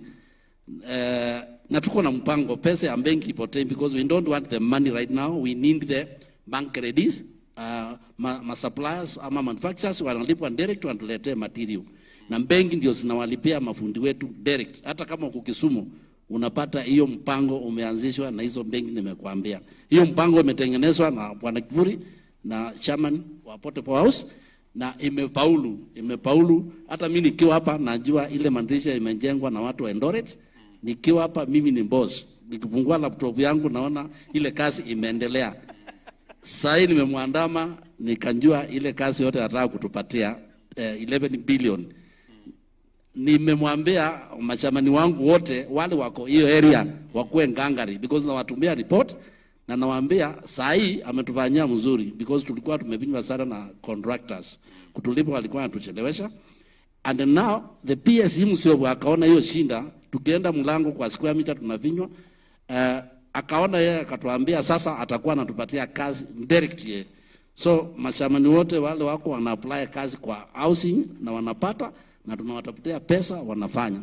Finally mradi wa Kibera ndio tulikuwa na challenge kubwa kutoka ile last year ile tulipatia ile check pale. Ilikuwa na shida lakini yeye ametatua. Sasa hiyo ukienda pale Jakali ndio wako mbele. Hata developer mwenyewe anasema huyu Jakali sasa tuko mbele. Mimi nafurahia sana because kwa siku kwa wiki naenda kuangalia mradi ndio mkubwa yetu ya 720 million. Ile machango iko pale hii ngurubu hii inakujanga kuona manyumba yao. Kila mtu anaangalia namba yake. Hawa kuna kupenda sana watu wa Kibra. I think pastor atasema mzuri. Pastor ndio chama ni kule tunasaidiana na yeye ndio tumalize hiyo mradi in time ndio watu waingie manyumba waache kulete shida ndio tuende zone asante sana. Thank you so much. Okay, pastor usifunge na maombi lakini tuambie kwa kifupi tufunga baadaye. Your Excellency, I will bring this thing to a conclusion on 2 grounds. Number 1, in the year 2022, October 25th, you came to Kibera, Soweto and launched the program. I received you as the chairman then, and most people were not optimistic, and they didn't believe that you will really put up the houses. But I had to encourage my people in that, in the previous regime where you were part of it, I will see you campaigning, and your greatest emphasis was on the issue of housing that you had promised people. So barely less than 1 month after you being sworn into the office and you came to launch the program, I saw the light at the end of the tunnel. Immediately, we began to encourage our people in Soweto East B to begin to save. The difference between us and other projects that are being undertaken under the affordable houses, ours is purely social houses. But our people are already saving for the houses. Example, I've already saved the 10%. I'm waiting for my house. My sister here, wacha niongee kwa Kiswahili, mimi ni mse wa kukam Kibera, prezo. Mimi ni mse wa kukam, niliingia Kibera nikiwa na 20 years. Saizi niko 46 years. So nimekuwa Kibera for 26 years. Huyu ni mzaliwa wa pale. Amesoma pale, wameishi pale na wazazi na wajua ni watu wa pale. But already kwa sababu ya kukua optimistic about the program, she has already saved the 10%. And that is why majority of Soweto people are waiting for their houses. Sisi hatupigi siasa, President, tukisema itakuwa, no. And I'm not saying this to please you in the presence of these people, but the truth is that over 4,000 people in Kibera, Soweto East, Zone B, have already saved the 10% and they're waiting their houses. Now, recently the President visited us 2 weeks ago. And already we are doing a program for Zone C and Zone D, which has an equivalent of around between 12,000 and 14,000 people. And the houses that are going to be constructed there are 15,000 units. So if you calculate 15,000 units by a household of 7 people, kwa sababu kwa kijiji sisi tunazaa, hatujui kupanga uzazi. Mimi kwetu tulizaliwa 11, mimi nimezaa watoto 7, Adisa hapa wako 9. So ukiangalia, President, the ripple effect of the houses you are building, bila kuweka siasa, this is a great impact. And I want to finish on this note, Bwana PS and Bwana President. Some of us, our parents, hawakutuachia manyumba ya kuinherit. And so when we see you building these houses, we really want to buy these houses because these are the things, manyumba ambazo tutachia watoto wetu. If you tell me to buy a house in Runda, I can't afford. You tell me to buy a house in Utawala, I cannot afford. But if I can pay a 10% of 150,000, and then the next 20 years, I'll be servicing a mortgage of 6,000 kwa 2-bedroom houses, kwa under social housing program, 6,000 per month for the next 20 years. Hata Mungu akinichukua leo, si yule kijana wangu daktari ambaye ni mkubwa, si ataendeleza hiyo kulipa hiyo mortgage. And so my late father passed on and he left me a grass-thatched house. I come from Ugenya West in a place called Ukwala. And thank you, Mr. President, for considering nilionyesha mali unataka kuweka affordable housing hapo kwetu Ukwala. And I want you to know, when he passed on, he left us nothing. But today I'm sure, because I'm a beneficiary, number A82, if you go to the slum upgrading department, our director is here, Madam Mary Ndongo, you will go and click, na utapata Stephen Odhiambo Baraza, structure number A82, I am the owner. I already done the 10%. So thank you, Excellency, Your Excellency, for bringing that program. Last and not the least, when Zone A was being constructed, which was handed over to beneficiaries in 2016 by the Grand Coalition government, which you were part of it, they did 822 units. When the construction was ongoing, Bwana PS, sisi tulikuwa naona milango, madirisha ikiletwa. We didn't even know what the contract was and how much it costed to build those houses. Right now, as a layman, I can comfortably tell you that our Zone B project is costing 7.5 billion. Thank you for the transparency. And on that same note, you've been able to give us the Jakali artisans who are down there a project worth 720 million. Saizi tuko na a semi-light industry. Unapata vijana wanafanya kazi. Wale vijana walikuwa natuomba chakula saizi wako too busy. Wengine wanapaka rangi, wengine wamefundishwa kazi. So this thing is a good thing. Last and not the least, a good preacher finishes 7 times, but this is the last one. I would want to say this, Mr. President. A lie will always keep on changing shoes, but the truth is stubborn. Truth will always walk barefoot. Continue walking barefoot. Continue building for Kenyans. Don't listen to the distractors and politicians. Some of them, they supported this program when they were campaigning. But what happened? That they say that the program is not a good program. That is a lie. Continue walking barefoot. Continue building. In the next 10 years, you will have housed over 700,000 families. And that will be a greatest impact. God bless you in Jesus' name. Thank you. Thank you, Steve. Thank you very much. Tukutane pale March, nyumba yako itakuwa tayari. Wewe tayari umeshafanya mambo, namwambia pia Maureen hapo amejipanga. Tukutane, uchukue nyumba yako, uendelee na maisha. Na usikue na wasiwasi na mimi. I cannot be distracted. I am a man on a mission to transform this country. And no amount of noise, kelele, fitina, propaganda, sway mimi from delivering on this agenda. And I am willing to pay the price, whatever it is, to make sure that we transform this country and we house as many Kenyans as possible. So I give you my word on that. Number two, you have said with a lot of clarity that apart from building these houses, our mission was also to create jobs. Wewe mwenyewe umesema vijana walikuwa wanaomba chakula, sasa wako busy.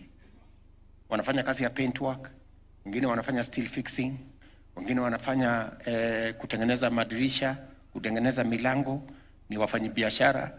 People like Steve here have become homeowners, and those young people working in those spaces will also subsequently become homeowners. So that is the future that we all want to live.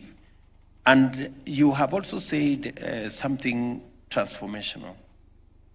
Kwamba, as we do this, we are giving you a chance to own a home where your father did not give you a chance to own a home. You now have a chance to own a home, and you can either transfer that home to your kid, or he can buy his as we roll out this program. You have also said something is going on in Ukwala. I want to tell you, we are not only building the market in Ukwala, we are also doing affordable housing in Ukwala. The home you ran away from. Tumefanya mambo pia pale. Unaona? So, this is not just about Nairobi and what's going on in Nairobi. This is about what is going on in Kenya. We have 200 sites that are going on today. In Ukwala, in Karagita here, and many other places. Because that transformation is a national transformation. And we have said, we are leaving no community, we are leaving no region, we are not leaving anybody behind. We are moving together. So, and Mwema there has spoken with a lot of clarity. One thing Pastor Steve here and Mwema have said is on what we are doing to make sure that even as we have the big contractors doing the big works, we have also been sensitive to know that there are small people, Jakali people, who many a times people don't pay attention to them because they are small people there. They are trying to make a window here, make 2 doors in a month, make 3 windows in a week. We were very deliberate in making sure that we agree with the contractors that as you do this job, the doors and windows and everything else will not be done by you. They will be done by the Jakali people. They will be done by the Jakali people because they are part of our society. And part of lifting people, part of this bottom-up agenda, bottom-up is not a slogan. No, it is reality. The person in the Jakali today who was making a door or 2 or 3 or 5 in a month, the Jakali person whose financial outlay, as Muhammad there says, was maybe 2,000, 3,000, 5,000, 10,000. Today, Jakali has a contract of, in Soweto alone, 720 million. 720 million is a contract for corporates, ordinarily. Big corporates. Now Mwema is reminding me, even them, they are now corporate. Which is actually just imagine how this program has corporatized what was Jakali. What small people who could not on their own, unless you pull them together, they couldn't handle such a big contract. Today, they are handling big contracts. My brother here, Peter, 18 million shillings. I am sure now, Peter, when we are doing the 2,000 units, that is going to be about 180 million. Sasa ujipange. Tunaelewana, boss? So I think this is really the new Kenya we are all living in. And this is the reality that we envisaged in our plan to make sure that we're transforming Kenya. I want to ask you people in this audience, and those of us who are watching from wherever it is that we are watching, all the things that have been said here, from Maureen to Lillian to Peter here, to Steve there, to Jerusha here, to my dear sister Judy, all those things that have been said is the work of 2 years. Just 2 years. Just 2 years. Tell me, good people, what's going to happen in 5 years, in 10 years, in 15 years, in 20 years. This nation will change. This nation will change. And that is why we need to be patient with ourselves. We need not to be judgmental. Many people want a quick fix. Instant coffee is good, but there is no instant house or program like this. It takes time. It takes good planning. It takes good thinking. We've had to delay Peter. We've had to tell Peter here, wewe kwanza hii kitu bado haijaiva, wewe umeleta ikiwa mbichi. Rudisha hii dirisha, enda nyorosha hivi, enda paint vizuri, ndio kazi iwe sawa sawa. Kwa sababu hatutaki affordable housing iwe low quality. We want to keep the quality high. So this is what we must, and transformation of a nation, good people, doesn't take a flash. Transformation of a nation takes deliberate steps and a plan and patience and being meticulous. Most importantly, having the courage to make sure that we overcome headwinds and challenges and bumps, because that's the nature of any transformation. And so I just want to tell the good people of our nation that I am very confident about the future. If this can happen in 2 years, just imagine what's going to happen in 5 and 10 and 20 and 30. And that is really what we need to look at as a people. There will be many more Jerushas here. There will be many more Steves. There will be many more of the people that we are seeing today. They may be a few people today, but the multiplier of time is going to get more of our citizens into this space. So I'm very happy about that. And I'm very proud about this moment. Thank you so much, Your Excellency. The joy is palpable. You can't fake this stuff. I know we've run out of time, and we're seriously out of time. And I still have our friends from the World Bank, who at least they made a speech. And I just want to just give you a minute each, World Bank and UN Habitat. For the World Bank, you've been a great supporter of the urban agenda. This program costs money. The biggest impediment to the success of this program is the physical infrastructure.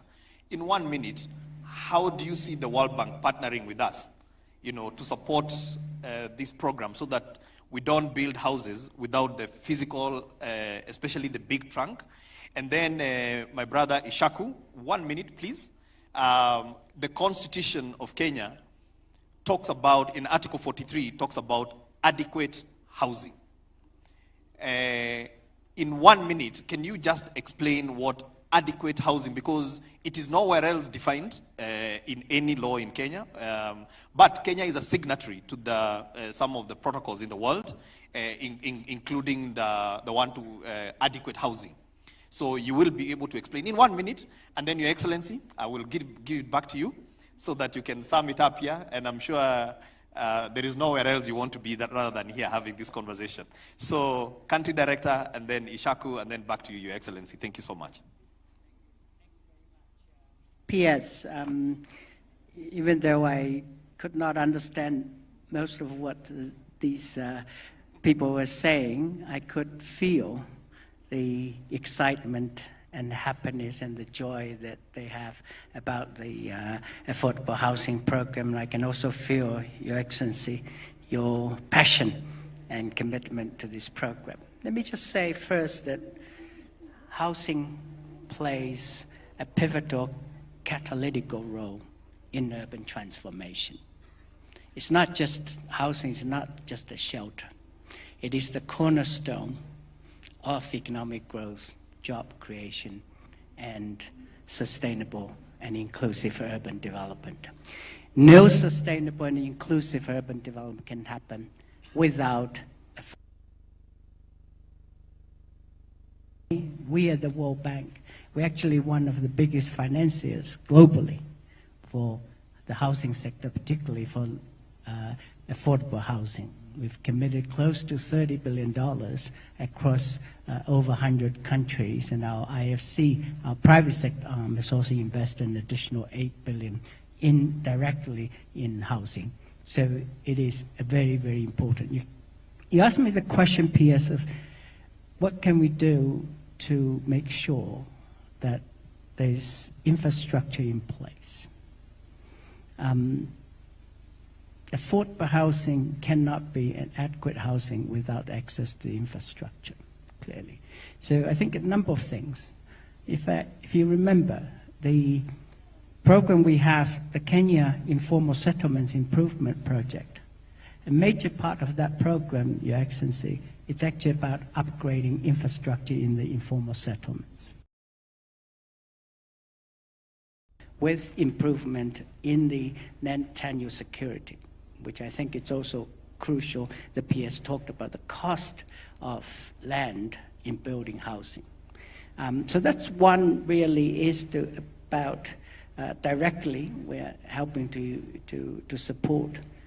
Second, in the Kenya Urban Development Program we have, the Kenya Urban Support Program, both of Phase 1, Phase 2, it's really about improving the capacity of the municipalities. Ultimately, most of these infrastructures, whether it's water supplies, roads, electricity and street lighting, and water and sanitation, these are provided by the municipalities. It is the capacity of the municipalities both to plan and to get the financing and then to implement these programs so that they have access to adequate infrastructure. Ultimately, we also need to think about, Your Excellency, that as more and more these municipalities become large urban centers, we will need to think about the overall financing of cities and municipalities. They cannot and should not be relying entirely on fiscal transfers from the central government or from development partners. Ultimately, these municipalities have to have their own source of financing, and that ultimately depends on their ability to foster faster growth that can create jobs, that also create the kind of opportunities so that they can have the revenues to finance the infrastructure. There's no silver bullet, but I do believe there are important things that we can do to help to reduce the cost of infrastructure. You talked about the cost of construction in this country, whether these are the regulations on land acquisition, or the construction sector itself, and many of the materials that's needed for construction. Ultimately, we have to make doing business much easier in Kenya so that we can actually have higher growth. Thank you. Thank you so much. A hand of applause. Moneshaku. Your Excellency, President of the Republic of Kenya, all protocol observed. As I start, I would want to borrow the President's remarks during the Nakuru launch, where you clearly articulated that you were moving people from slums to estates and homes. That is to say, you were not only taking people to 4 walls and a roof. The issues of adequate housing is enshrined in the Universal Declaration of Human Rights. 193 countries have signed, including Kenya. So it's important to us to know that adequate housing means more than just the roof, but also what Jerusha was talking about, Lillian and the markets, is communities we're creating, livable communities. And those are people that we create aspirations, livelihood, and a lot of the associated activity. So human rights, it's not just war, it's about creating that dynamic community for people to chase their dreams, for people to aspire. And the affordable housing program, I see it as one of those acupunctures in urban development.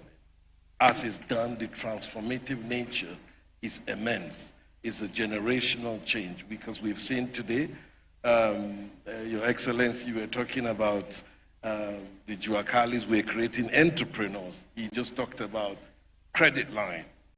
Credit line Jakali was not the case, but these are entrepreneurs for the future. And we also see wealth creation, because these houses in 20, they pass it to generation. This is now wealth creation. It's not about money in the bank, but you're creating generational wealth. That will be passed along the communities in Kenya. So it's important that we need to continue to work on those markets to create livelihoods for people to be able to link to the affordable housing. So for us at Habitat, we've already, as our executive director just mentioned, for the next 4 years, one of our focus is housing, and we will be partnering with you to add those value addition, to fine-tune certain things, but to also look at how do we create this body of capacity, experts of construction. How do we make them continue to develop in other arms? Because the skills that they've developed would not be only housing, it could be in other infrastructure, it could be other big development. So we're looking forward to continue to partner with Your Excellency and provide the support where needed, and to do the creation of that hub, to now fine-tune, to do a lab. How do we do the knowledge management so that our next iterations will be finer and fine-tuned? Thank you very much. Thank you so much. A round of applause for our panel. Ladies and gentlemen, now I'm going to give it back to the main chief architect of this program and the builder number one, His Excellency the President. You can close it for us. Thank you so much. Thank you very much. I think this program would not be the success it is without the input of many people. I cannot claim to take the credit. Many people have put this together. The leadership of Alice and especially Charles here at the ministry, the people of Kenya, the people who make their contribution to the housing levy, their hard-earned money. They are the greatest transformers of our nation. They take the credit for what Jerusha is today, what Steve is, and all the good people who are here. But to thank also our partners. The World Bank here has been a solid partner. We had the first session of this meeting 2 years ago. They were here with us. They have worked with us under different programs. making sure that, number one, the planning is correct so that we avoid, future slums by making sure that we support our counties to do the necessary planning, to provide physical infrastructure, as they have said, make sure that there are roads, make sure that they support our program in providing for physical infrastructure, and also for ownership, titling. They have supported our titling program, which again confers ownership to all the good people here. They will have a document which will signify their ownership of the spaces that they have. So World Bank, we want to say we are truly grateful. We look forward to working with you into the future as we, in the words of our UN rep here, Habitat, that we are making it better. We are working towards getting a hub so that what lessons we have learned today, we can use them to improve the output tomorrow. And progressively, that helps us to develop a better program, much more efficient, much more cost-effective, and better for the ultimate beneficiaries of this program, and also for the general good of our nation. And so, to everybody here, and I really sincerely want to thank all the people who have spoken here. You people are great, I know Peter here has had to stop his work at the workshop. I don't know how he's going to earn his pay today. But thank you very much, and Jerusha, for making time, and my good friend Peter here from Bahati, and Lillian, thank you very much for doing the CHP work that you're doing. And Maureen, I know you're waiting, but your wait is not going to be long. And Pastor, continue to pray for us so that this can succeed. And to all the people of Kenya and all the leaders who we are working together, the counties have been phenomenal. My sister Susan and all the governors, you've been, helpful to the members of parliament who supported this program. They passed the legislation, they interrogated the program, they provide oversight, they make sure that we spend the money well. The committee and all the members of parliament, I really want to very sincerely thank them. And all the contractors, the Jakali people and the people who support this program. One strange thing about this program, and forgive me if I have taken too long to talk about this program, just forgive me, I am passionate about this. We can have this conversation for another 3 hours. I will be home with it. But to thank all the contractors, I was saying one major thing about this affordable housing and all the markets we are building, and for your information, we're not just thinking about our men in uniform, we are thinking about all the other contributors in this space. We're also thinking about our boys and girls, our sons and daughters in universities, TVETs, Kenya Medical Training colleges.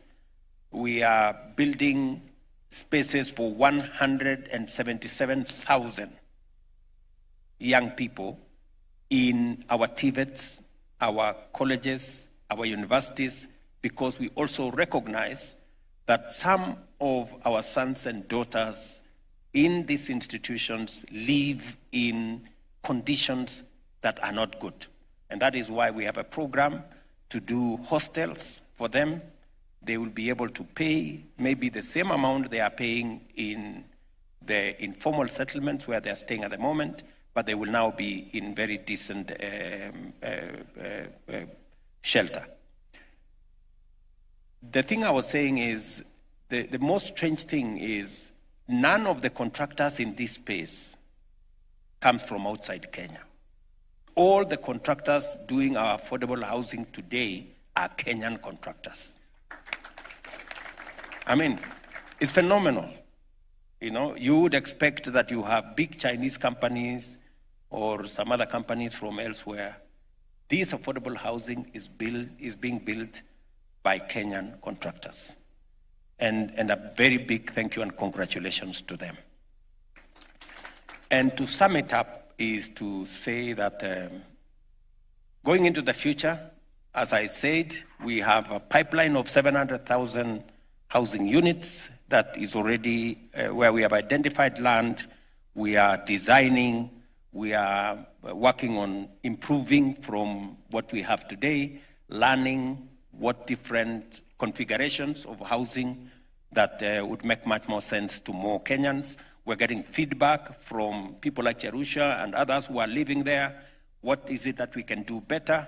And working with the UN, as they have said, doing a lab where we can, get more info, do more research, do a lot more R&D so that we can better deliver on this project. I just want to commit to the people of Kenya that we will make this program transparent.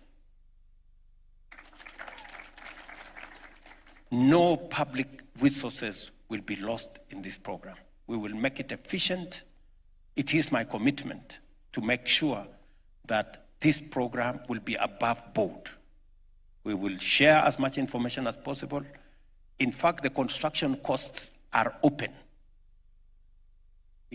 Before you even apply, we tell you, if you want to quote more than this, don't even waste your time, because we cannot accept any bids beyond what we have designed the house to cost us.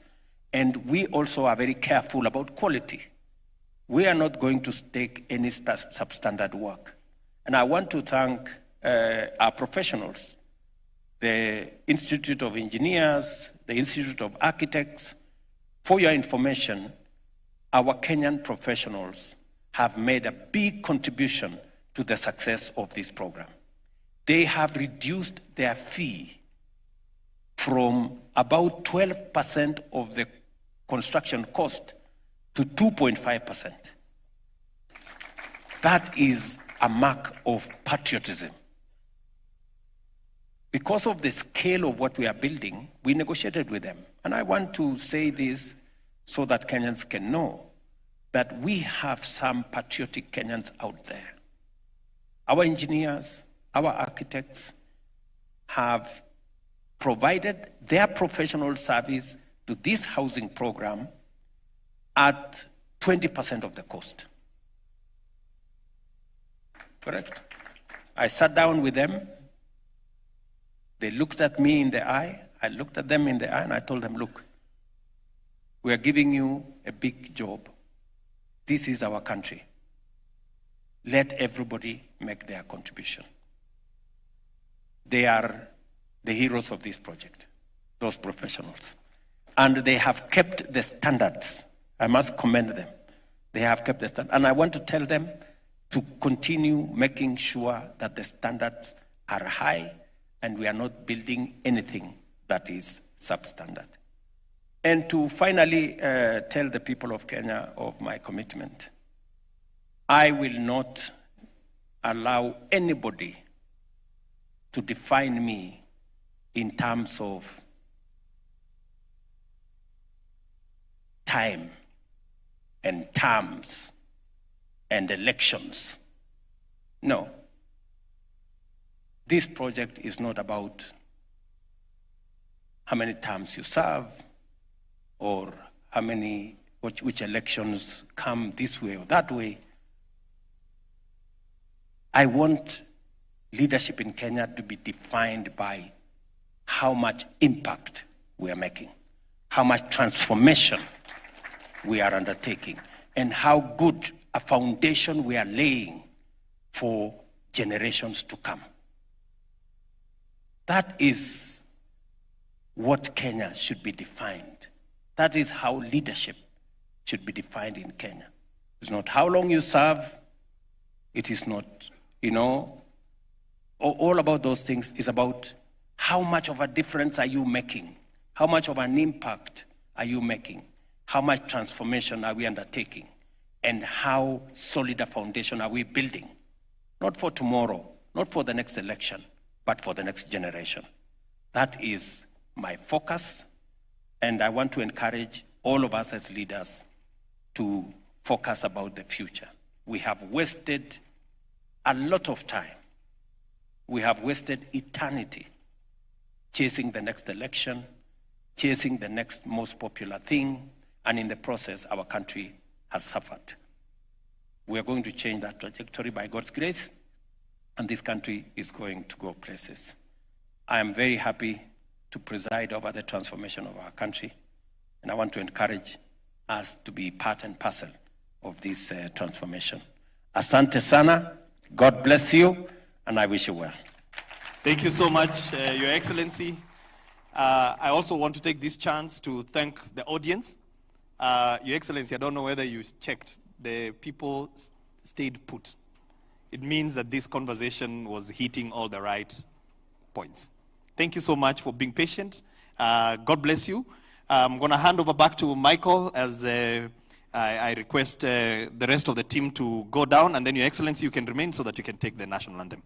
Maybe before the team goes, Your Excellency, with your permission, if we can just take one photo.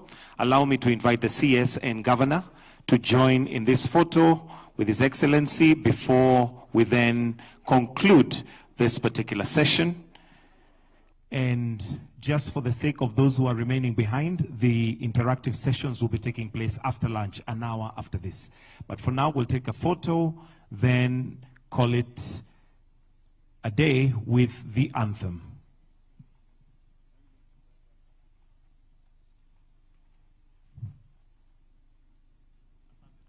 We'll request that everybody else gets off stage. We leave His Excellency to take the anthem as our closing prayer this afternoon. Let us all be upstanding as we will now wind up with the national anthem. The anthem.